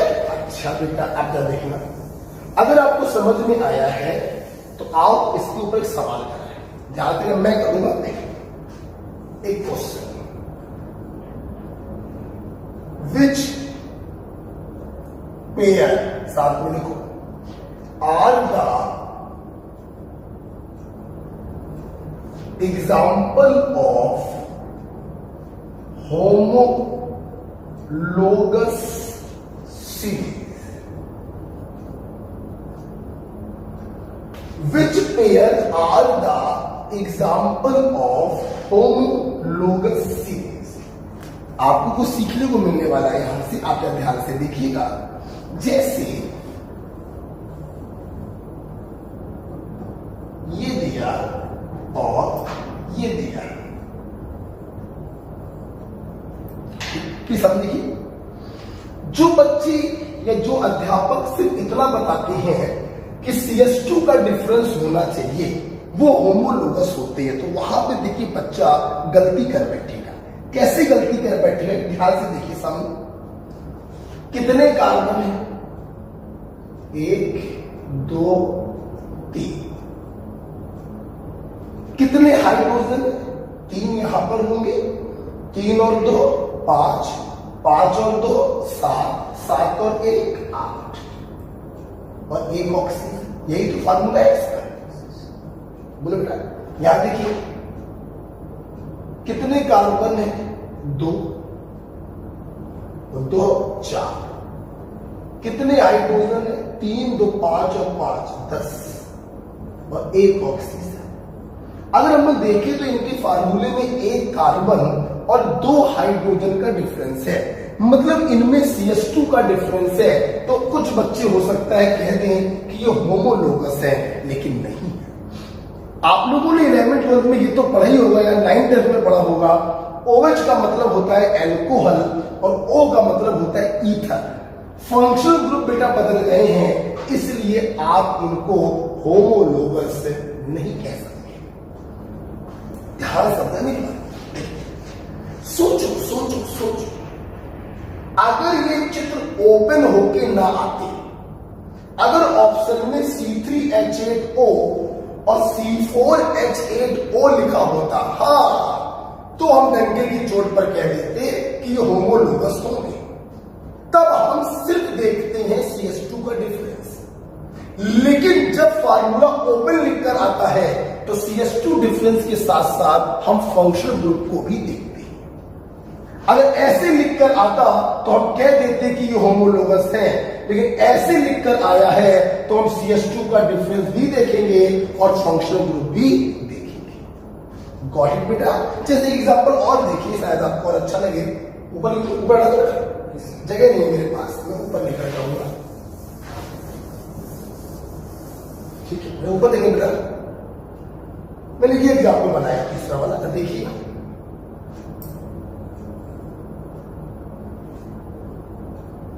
ये दिया और ये दिया, और मैंने पूछा बताइए क्या ये होमोलोगस सीरीज है? फिर देखिए, अब देखते समझ गए होंगे, यहां पे फंक्शनल ग्रुप NH2 है और यहां पे फंक्शनल ग्रुप N है। फंक्शनल ग्रुप बदल गया तो CH2 देखने की आपको जरूरत ही नहीं है, ये होमोलोगस नहीं हो सकती। जबकि अगर आप मॉलिक्यूलर फार्मूले से देखें तो इसके पास एक और एक 2 कार्बन है, 3 2 5 और 2 7 हाइड्रोजन है और एक नाइट्रोजन। यहां देखिए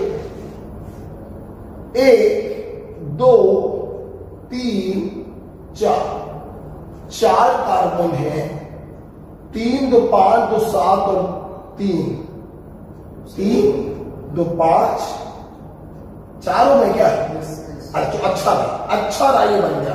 किसी आपको चीज और सिखा देंगे। चलो हाँ, 3 और 2 5, 5 और 3 8, 8 और 3 11। एक बात और समझना, हमने बोला था होमोलोगस वो होते हैं जिनके एडजेसेंट मेंबर में CH2 का डिफरेंस हो। समझ आ जाने की बात हम क्या कहना चाहते हैं। अच्छा भाई एग्जांपल बन गया, इससे एक चीज और सिखा दिया। ये सारे हमने एल्कीन के एग्जांपल लिखे, बोलो इन दोनों में CH2 का डिफरेंस है, इन दोनों में CH2 का डिफरेंस है, इन दोनों में CH2 का डिफरेंस है। ये सब आपस में होमोलोगस है। सोचो, ये और ये होमोलोगस है तो ये और ये भी तो होमोलोगस है, ये और ये भी तो होमोलोगस है, ये और ये भी तो होमोलोगस है। एक्चुअली हमने डेफिनेशन में लिखवाया कि एडजेसेंट मेंबर में CH2 का डिफरेंस। अगर मान लो दूर के मेंबर दे दिए जाए तो CH2 के इंटीग्रल मल्टीपल का डिफरेंस होगा। किसका डिफरेंस होगा? CH2 के इंटीग्रल मल्टीपल का। अगर वो अगल बगल वाले होंगे तो सिर्फ CH2 का डिफरेंस होगा, लेकिन अगर वो काफी दूर के हो गए तो CH2 के इंटीग्रल मल्टीपल का डिफरेंस होगा। ओपन चित्र बनकर आया तो आपने तुरंत बोल दिया ये होमोलोगस नहीं होंगे। सोचो, अगर ये फार्मूले लिखकर आते हैं, आप ध्यान दो, इनमें कितने का डिफरेंस है? C2 C4 डिफरेंस कितने का है? 2 कार्बन और 7 और 4 डिफरेंस है। तो आप इसको क्या ये नहीं लिख सकते हैं CH2 का होल ट्वाइस? मतलब अगर ये फार्मूले लिखकर आते तो आप देख रहे हैं इनमें CH2 के इंटीग्रल मल्टीपल का डिफरेंस है, तो हम इनको होमोलोगस बोल देते। लेकिन चूंकि ओपन स्ट्रक्चर बनकर आया है तो हम CS2 का डिफरेंस भी देखते हैं और फंक्शनल ग्रुप भी देखते हैं। चूंकि फंक्शनल ग्रुप सेम नहीं है इसलिए हम इनको होमोलोगस नहीं बोलेंगे। इज इट क्लियर बेटा? ओके, क्या आपको पॉइंट समझ में आया? CS2 का इंटीग्रल मल्टीपल, भाई अगल बगल वाले होंगे तो सिर्फ CS2 का डिफरेंस होगा, ऊपर और काफी गैपिंग वाले ले लेंगे तो CS2 के इंटीग्रल मल्टीपल का डिफरेंस होगा। ध्यान रखिए, फिर से बोल रहा हूं, कंडेंस फार्मूला लिखकर आया तो सिर्फ डिफरेंस से देख लेते हैं, लेकिन अगर ओपन स्ट्रक्चर बन के आया तो डिफरेंस के साथ साथ फंक्शनल ग्रुप को भी देखिए। ओके, तीसरा ऑप्शन बना रहे हैं।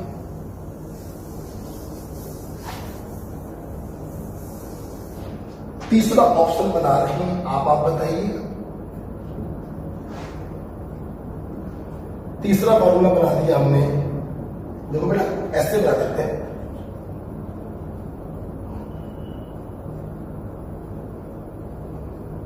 ये दे दिया और ये दे दिया, और चौथा ऑप्शन बना दिया ऑल ऑफ दीज।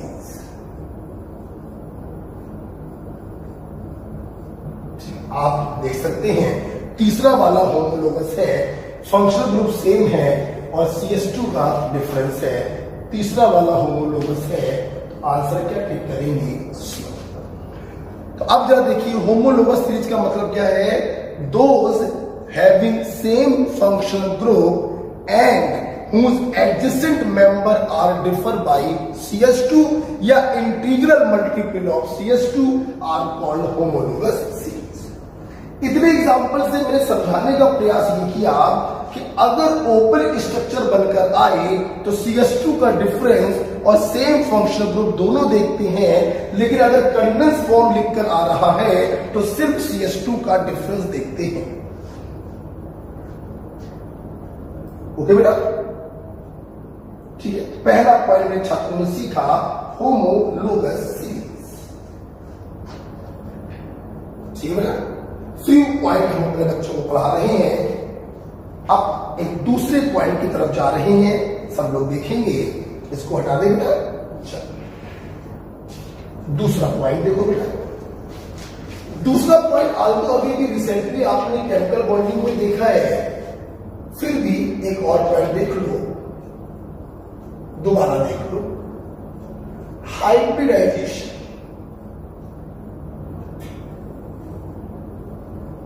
आपको याद होगा हमने ऑर्गेनिक कंपाउंड में हाइब्रिडाइजेशन निकालने की ट्रिक बताई थी आपको केमिकल बॉन्डिंग में, sp3 माइनस पाई। यस, वही लगाएंगे यहां पर, sp3 माइनस पाई रूल।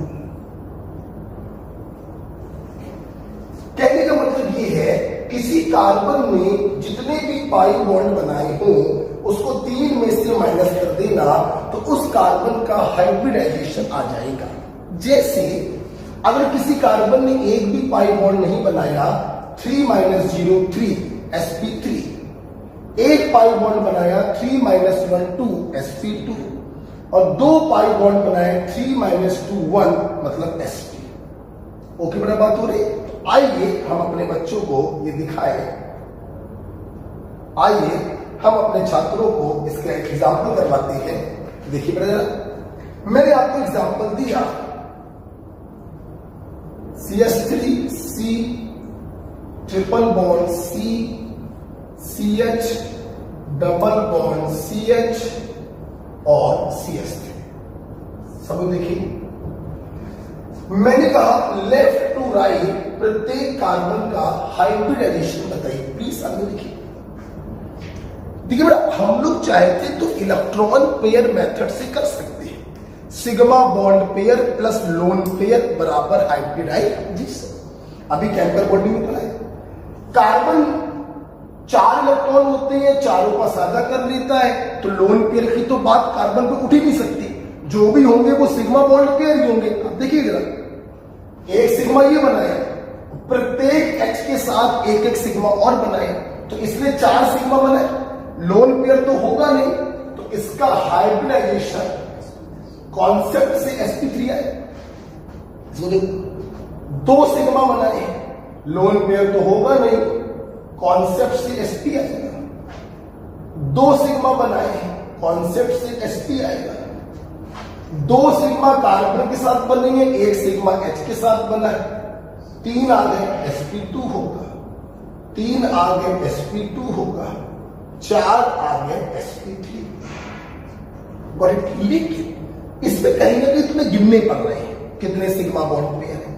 इस ट्रिक को लगाइए तो कुछ नहीं करना पड़ेगा। आप देखिए 2 पाई बॉन्ड यहां पर बने हैं इस कंपाउंड में और 1 पाई बॉन्ड यहां पर बना है। आप देखिए क्या इसने कोई भी पाई बॉन्ड बनाया?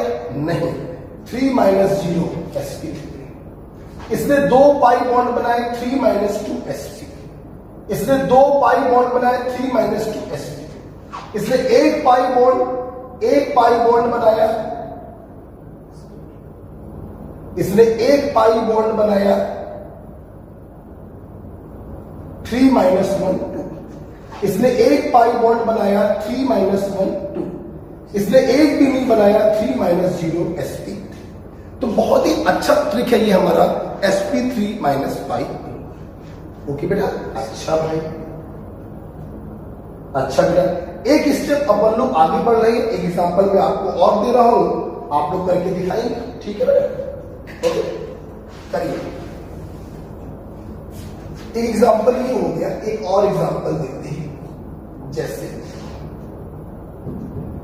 मैं आपको ये एग्जांपल दिया,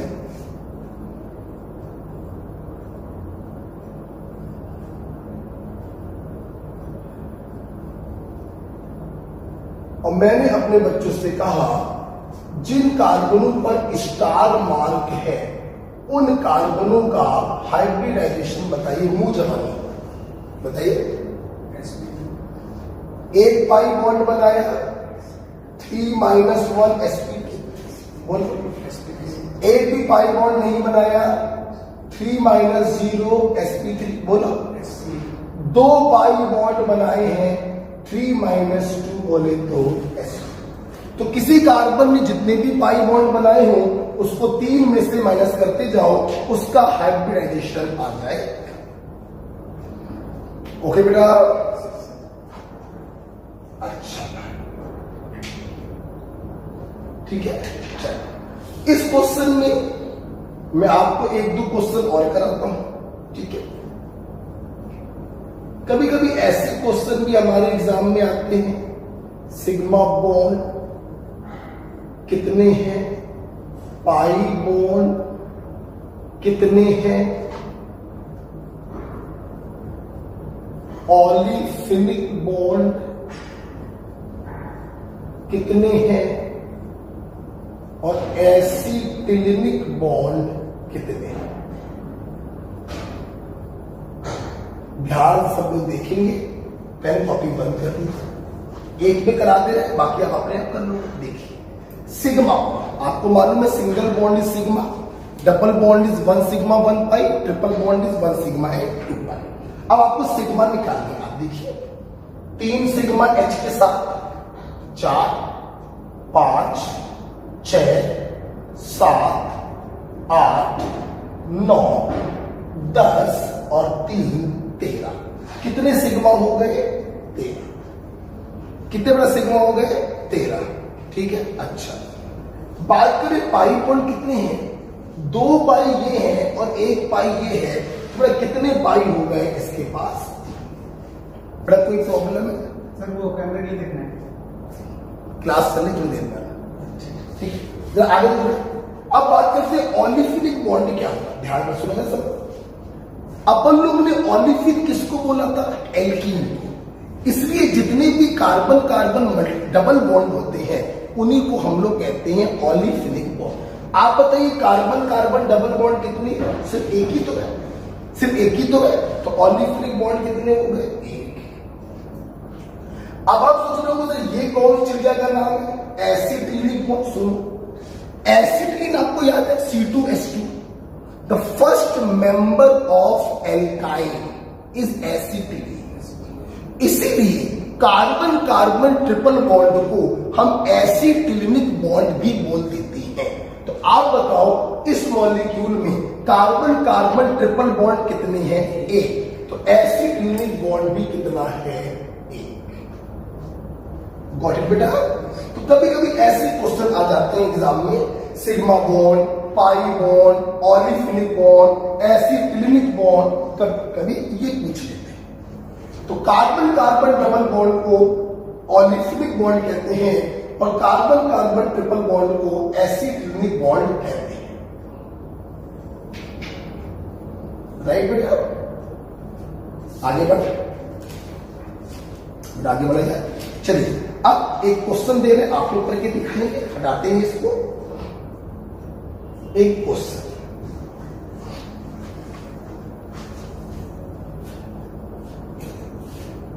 calculate number of sigma and pi bond in each. हम आपको कुछ स्ट्रक्चर बनाकर देंगे, आपको सभी में सिग्मा और पाई बॉन्ड की संख्या बतानी है। तैयार है आप लोग? अच्छा देखो ना सब लोग, एक हम कर देंगे तो दो आप लोग, एक अगला आप करना। पहला थोड़ा बड़ा बनाते हैं। What is this? This is benzene. देखो बेटा एक बात ध्यान रखना, जब भी सिग्मा और पाई बॉन्ड निकाले जाते हैं हमारी ऑर्गेनिक केमिस्ट्री में बदतमीज आदमी है हाइड्रोजन, सारा दिखाई नहीं पड़ता है। इसे ध्यान रखना, कार्बन की जितनी वैलेंसी ना दिखाई पड़ रही हो, हर उस वैलेंसी पे क्या होगा? हाइड्रोजन। और ये हाइड्रोजन बच्चे अक्सर काउंट करना भूल जाते हैं और आंसर जो है थोड़ा सा गलत हो जाता है। ठीक है? इधर देखो बेटा, आप लोग जानते हैं कार्बन की वैलेंसी 4 होती है, 3 वैलेंसी दिखाई पड़ रही है, तो चौथी पर क्या होगा? H। यही तो बेटा बेंजीन है।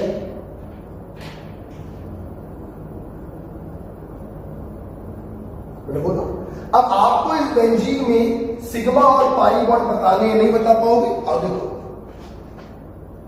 Sigma sigma sigma sigma sigma sigma sigma sigma sigma sigma sigma sigma, और ये क्या हो जाएंगे? पाई पाई पाई। कोई बता देगा 6 सिग्मा रिंग में है, 6 सिग्मा रिंग के बाहर है। टोटल सिग्मा कितने हैं? 12। और टोटल पाई कितने हैं? 3। ओके, तो 12 सिग्मा एंड 3 पाई बेंजीन के पास उपस्थित होते हैं। इसका नाम बेटा क्या है? बेंजीन।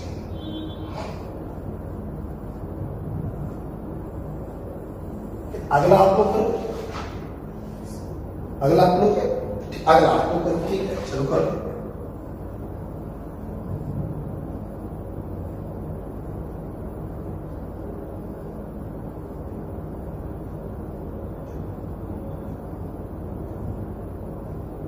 इसका बेटा नाम होता है नेप्थलीन। ध्यान रखिएगा, जब 2 बेंजीन को जोड़ देते हैं तो उसे नेप्थलीन कहते हैं। आपके पास 30 सेकंड है, बताइए कितने सिग्मा और कितने पाई होंगे?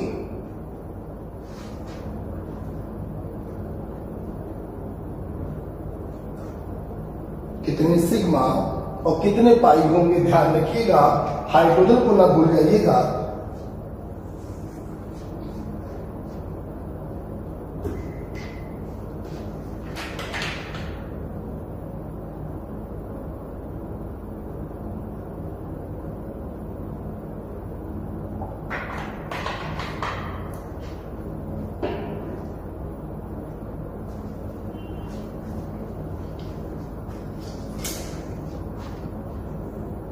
हो गए?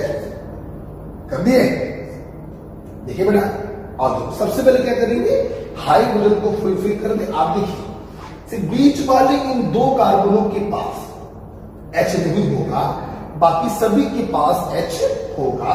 तो आइए आराम से, पहले हम लोग आराम से करेंगे, जल्दीबाजी नहीं है। देखो H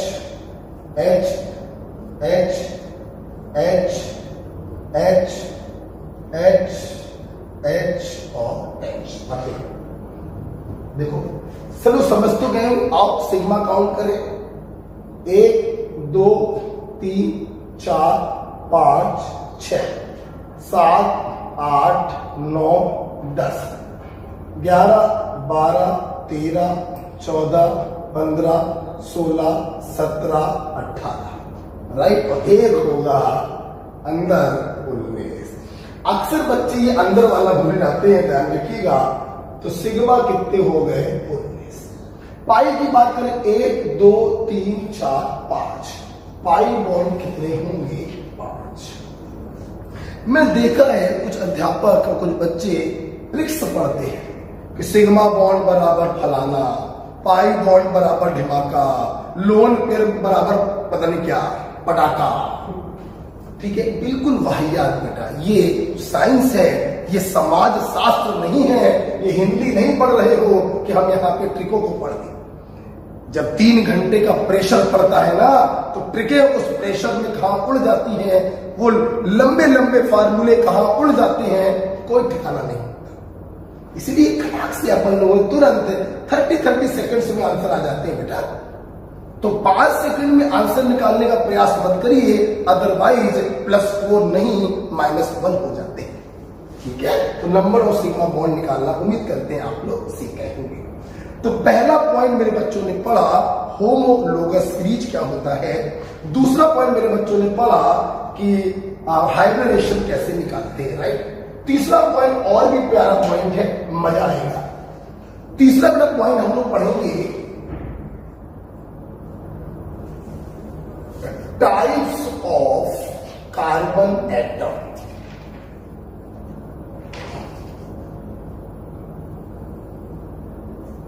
देखिए, types of carbon atom.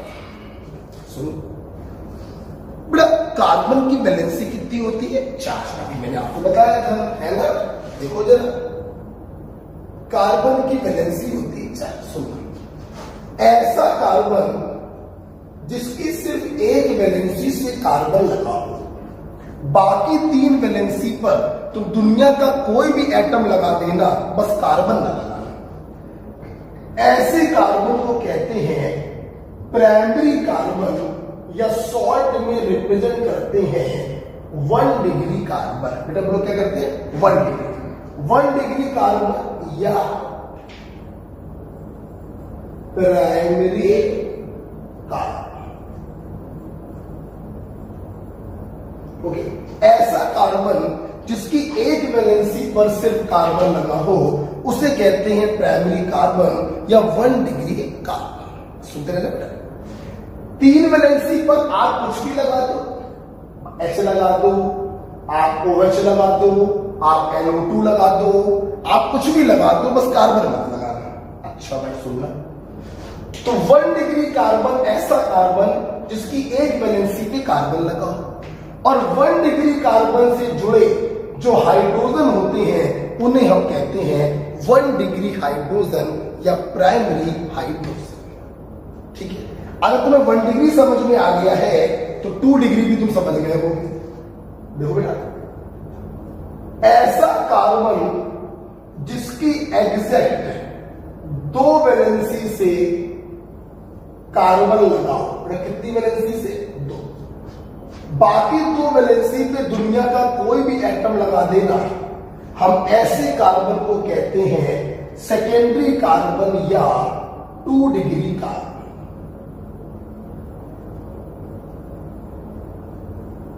Secondary carbon या 2 डिग्री कार्बन। ओके, तो अब तो तुम लोग बताओ टर्सरी कार्बन किसे कहते हैं?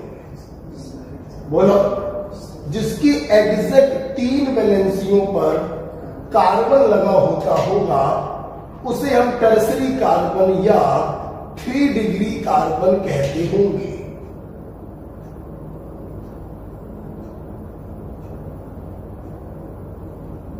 और टर्सरी कार्बन से लगे हाइड्रोजनों को हम टर्सरी हाइड्रोजन कहते हैं। आप बताइए क्वाटरनरी कार्बन क्या होता होगा? जिसकी चारों वैलेंसी पर कार्बन लगा हो, हम उसे क्वाटरनरी कार्बन कहते हैं, या शॉर्ट में कह देते हैं 4 डिग्री कार्बन। क्वाटरनरी कार्बन या 4 डिग्री कार्बन। ओके, अब तुम्हें दिमाग लगा के बताना है, क्या क्वाटरनरी हाइड्रोजन होगा? नहीं। कार्बन की 4 वैलेंसी होती है, चारों वैलेंसी कार्बन से सेटिस्फाई हो गई, मतलब क्वाटरनरी हाइड्रोजन नहीं हो सकता। अर्थात कार्बन होते हैं 4 प्रकार के, प्राइमरी, सेकेंडरी, टर्सरी, क्वाटरनरी, लेकिन हाइड्रोजन होते हैं 3 ही प्रकार के, प्राइमरी, सेकेंडरी और टर्सरी। क्वाटरनरी हाइड्रोजन नहीं होता। बड़े बहुत ही प्यारा कॉन्सेप्ट है, ऑर्गेनिक केमिस्ट्री में हर कदम पर ये आएगा, हर कदम पर। हो सकता है पर डे आप इसके बारे में कहीं ना कहीं कोई सवाल देखें, तो आइए इसके ऊपर 2, 4, 5 सवाल कर दिए जाए। ठीक है, बता दो इसको। चलिए, हम लोग को प्राइमरी, सेकेंडरी और टर्सरी कार्बन को सर्च करना है।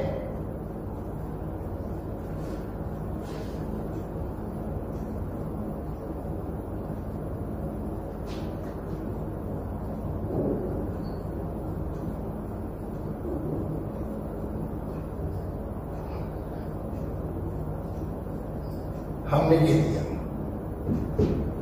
हमने आपसे पूछा प्रत्येक कार्बन को बताइए प्राइमरी होगा, सेकेंडरी होगा, टर्सरी होगा या क्वाटरनरी होगा। वेरी सिंपल, आप सिर्फ ये देखेंगे कि वो कार्बन कितने तरफ कार्बनों से जुड़ा हुआ है। देखिए बेटा, ये कार्बन एक तरफ कार्बन से जुड़ा है, व्हाट इज दिस? प्राइमरी। बोलते जाओ, 1, 2, 3 तरफ जुड़ा है tertiary, 1, 2 secondary carbon, 1, 2, 3। Double triple से कोई मतलब नहीं होता है हम लोग को, सिर्फ कार्बनों के नंबर से मतलब होता है। 3 तरफ कार्बन से जुड़ा है टर्सरी होगा, सामने देखिए, 1 तरफ कार्बन से जुड़ा है प्राइमरी होगा। राइट, देखो 1, 2 सेकेंडरी, 1, 2 सेकेंडरी, 1 तरफ जुड़ा ऊपर आइए, 1, 2 सेकेंडरी, 1 तरफ जुड़ा। बहुत ही आसान होता है इस चीज को समझना। मैं उम्मीद करता हूं आपको समझ में आ गया होगा। राइट, क्या अगला सवाल आप लोग करें? अच्छा भाई,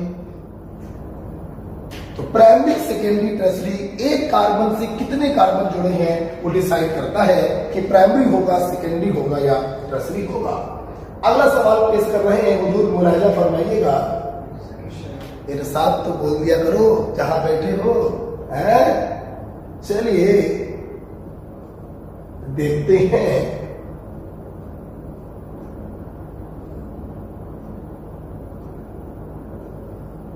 चलिए, ठीक, आपको जानना है, ये मैं पहले बता चुका हूं, ये सब क्या होते हैं? ये सब कार्बन होते हैं, ध्यान रखिएगा। चलिए, हर कार्बन के बारे में बताइए, प्राइमरी होगा, सेकेंडरी होगा, टर्सरी होगा या क्वाटरनरी होगा। चलिए, हर कार्बन के बारे में बताइए, प्राइमरी होगा, सेकेंडरी होगा, टर्सरी होगा या क्वाटरनरी होगा। ये देखो, बच्चों ने थोक के भाव में IUPAC के सवाल पूछे हैं। आपको पढ़ाने के बाद हमें IUPAC का डाउट सेशन बनाना है। चलिए, कोई बात नहीं, मैं बहुत ही मेहनती टीचर हूं भाई, ध्यान रखना। चलिए, फटाक से करके दिखाएंगे।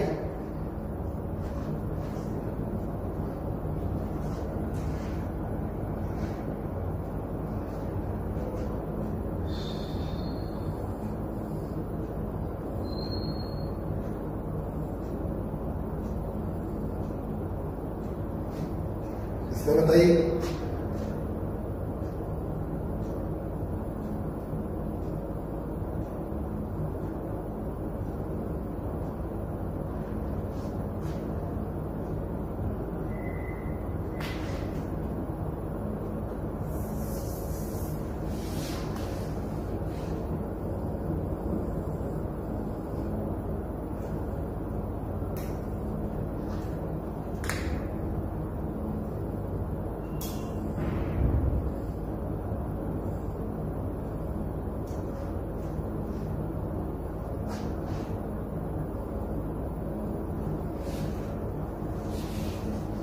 डिजाइन बना दी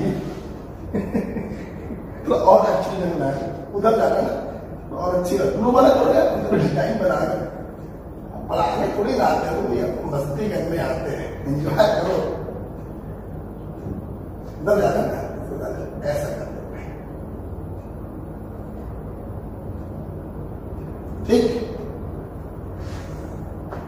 चलो ये वाला किया आप लोगों ने? अच्छा,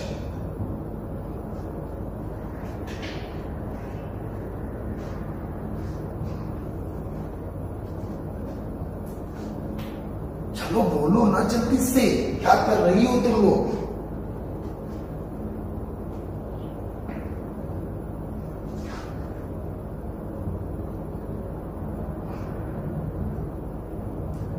बताओ।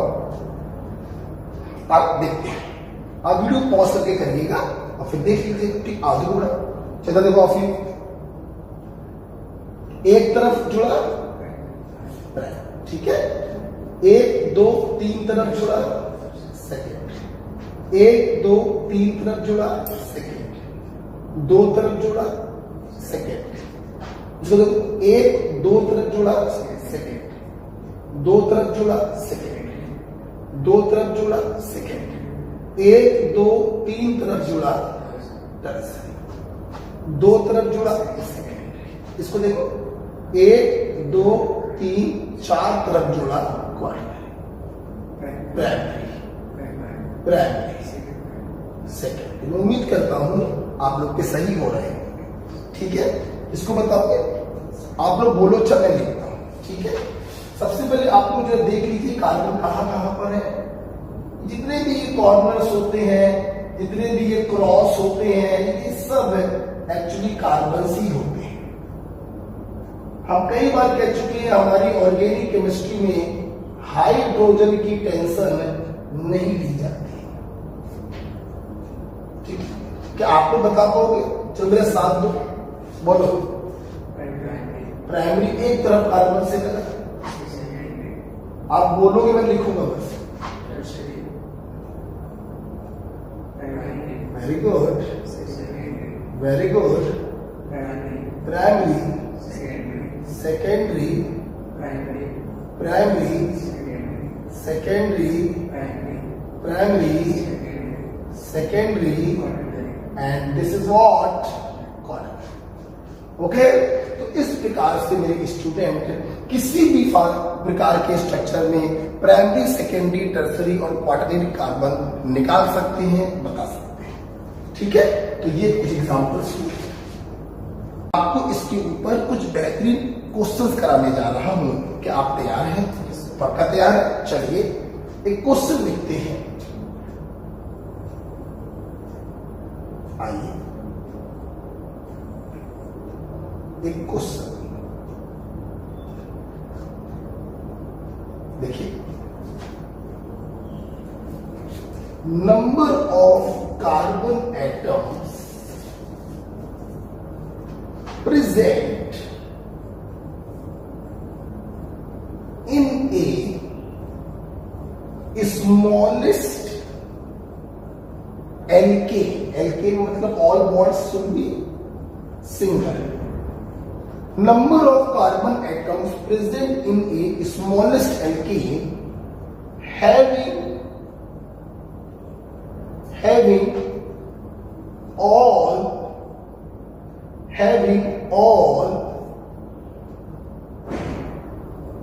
4 types of carbon. ऑप्शंस हैं 5 6 8 9। मैं करूंगा ये वाला, अभी आप ये मत करिए कि मैं करूंगा, आप देखिए। पहले क्वेश्चन की आप भावनाएं समझिए। क्वेश्चन कह रहा है एक ऐसा छोटे से छोटा एल्केन बनाओ जिसके पास चारों प्रकार के कार्बन हो, प्राइमरी, सेकेंडरी, टर्सरी और क्वार्टरनरी। देखिए चारों प्रकार के कार्बन तो इसके पास भी है, उसके पास तो नहीं है, क्वार्टरनरी नहीं बनाया था हमने, इसके पास तो है। क्या देखिए कितना बड़ा चित्र बना दिया है। क्वाटरनरी भी है, टर्सरी भी है, खूब सारे सेकेंडरी बना दिए हैं। हमें छोटे से छोटा बनाना है। अब छोटे से छोटे का मतलब क्या होता है? एक क्वाटरनरी बना दो, एक टर्सरी बना दो, एक सेकेंडरी बना दो। प्राइमरी के बारे में कभी मत सोचिएगा। क्यों? क्वाटरनरी, टर्सरी और सेकेंडरी बनाते समय प्राइमरी अपने आप बन जाते हैं। तो कभी भी स्मॉलेस्ट पूछा जाया करे तो एक क्वाटरनरी, एक टर्सरी, एक सेकेंडरी बना दिया करो तो स्मॉलेस्ट एल्केन बन जाएगा। ठीक है? जैसे इसके सॉल्यूशन के लिए मैं ऊपर नीचे जगह रख कर रहा हूं।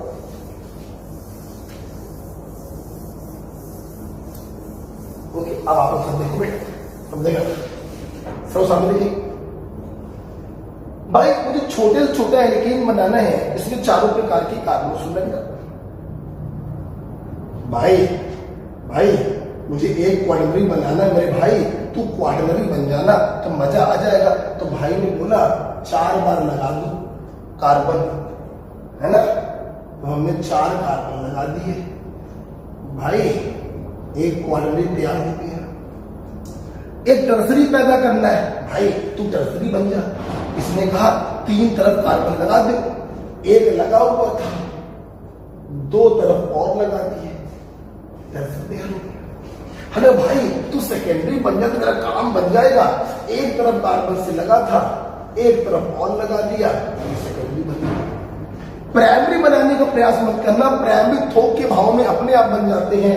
आप देखिए, ये भी प्राइमरी है, ये भी प्राइमरी है, ये भी प्राइमरी है, ये भी प्राइमरी है और ये भी प्राइमरी। ये वो छोटे से छोटा एल्केन है जिसके पास चारों प्रकार के कार्बन होंगे। आप किसी भी एक कार्बन को कम करोगे तो एक ना एक इन तीनों में से गायब हो जाएगा। तो कितने कार्बन यूज हुए? 1 2 3 4 5 6 7 8। तो 8 कार्बन वो मिनिमम नंबर है जिसका यूज करके हम स्मॉलेस्ट एल्केन बना सकते हैं, having all 4 types of carbon. Okay, समझ में आया? अच्छा सुनो, कभी कभी कुछ बच्चे क्या करते हैं, कहते सर हमने ये चित्र बनाया था। कुछ बच्चे क्या कहते हैं, हमने सर ये चित्र बनाया था। हमने क्या सुना सर, हमने इसको क्वाटरनरी बना दिया,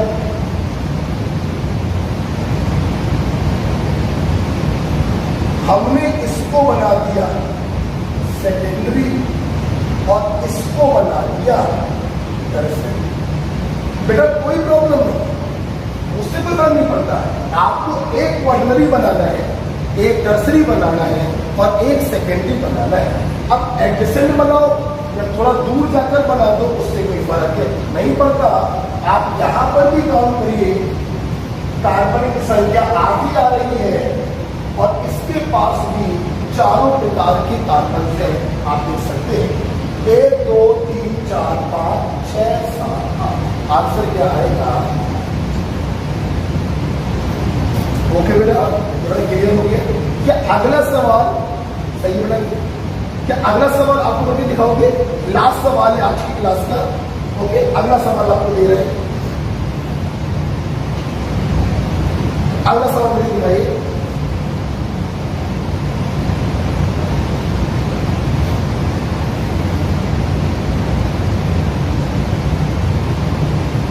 Number of carbon atoms present in a smallest alkane having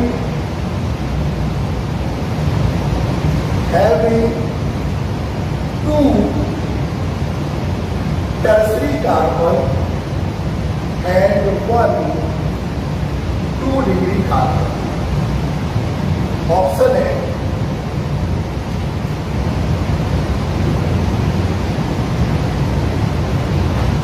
5 6 7 8।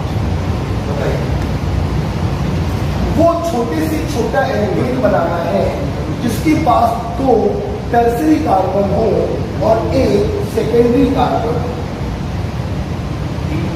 D, एक मुझे नहीं मालूम, आप बताइए, आप बताइए नंबर ऑफ कार्बन एटम कितने लगेंगे उस छोटे से छोटे एल्केन में जिसके पास 2 टर्सरी और एक सेकेंडरी कार्बन हो। बोलो, डी आ रहा है, देखते हैं। अपन को 2 टर्सरी बनाने हैं, तो भाई टर्सरी बन जाए मेरे भाई, तो भाई ने कहा 3 जगहों पे कार्बन लगा,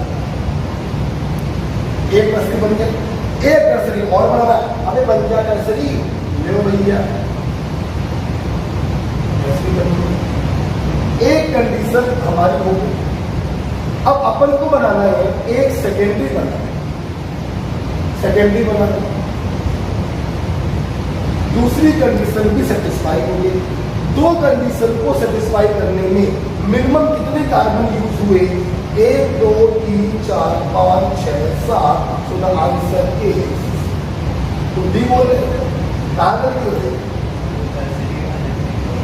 क्या बेटा?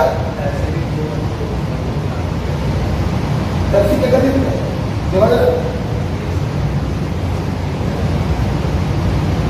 हाँ तो सही है, साथी तो आएंगे जल्दी को। अरे बेटा इधर फिर वही बात तुमने करी, आप 2 टर्सरी बनाने,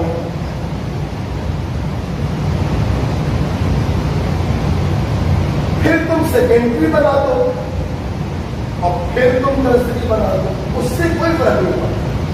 हम चिपका के बनाए 2 टर्सरी या दूर दूर बनाए 2, उससे कोई फर्क नहीं पड़ता।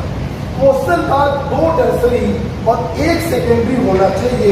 आप ऐसे बनाओ तो भी 7 कार्बन आएंगे, आप ऐसे बनाओ तो भी 7 कार्बन आएंगे।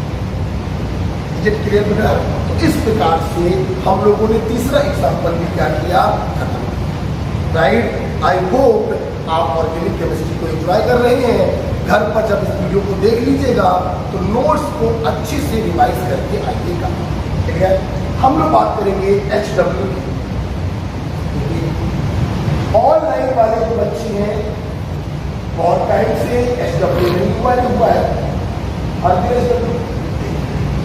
HW ये वीडियो आप लोग सोमवार को देख रहे होंगे, क्योंकि और मंगल की शाम को दूसरा वीडियो देखेंगे इसके आगे। तो सोमवार की शाम से मंगल की शाम तक आपका HW है पहला पॉइंट। जितना ये IUPAC पढ़ा इसे अच्छे से 1-2 बार चित्र बना बना के रफ कॉपी भर भर के पढ़ेंगे। दूसरा बेटा आपको काम क्या करना है, ध्यान से सुन लीजिएगा, अच्छे सुनिएगा। आप लोगों को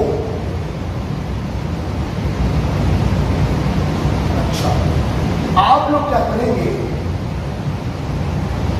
केमिकल बॉन्डिंग की उतनी थ्योरी पढ़ेंगे, उतनी थ्योरी पढ़ेंगे जितने में 0-1 सीट सॉल्व हो जाए और 0-1 सीट को दोबारा से सॉल्व करें। ध्यान समझ में आया? केमिकल बॉन्डिंग का उतना थ्योरी पढ़ेंगे जितने में 0-1 वाली सीट सॉल्व हो जाए और इस सीट के आपको क्या लगानी है, क्वेश्चंस लगानी है। ओके, मैं उम्मीद करूंगा कोई ज़्यादा काम नहीं है, ये काम आपका हो जाएगा हाफ आवर। हाँ, इस काम में लगभग हो सकता है 1.5 आवर आपको थ्योरी पढ़ने में लग जाए और 1.5 आवर आपको सवाल लगाने में लग जाए। इसमें टाइम तो बिल्कुल भी। ओके, चलिए वीडियो देखिए, एंजॉय करिए, जल्दी मिलेंगे आपको। ओके भाई, एंजॉय करिए, पढ़ते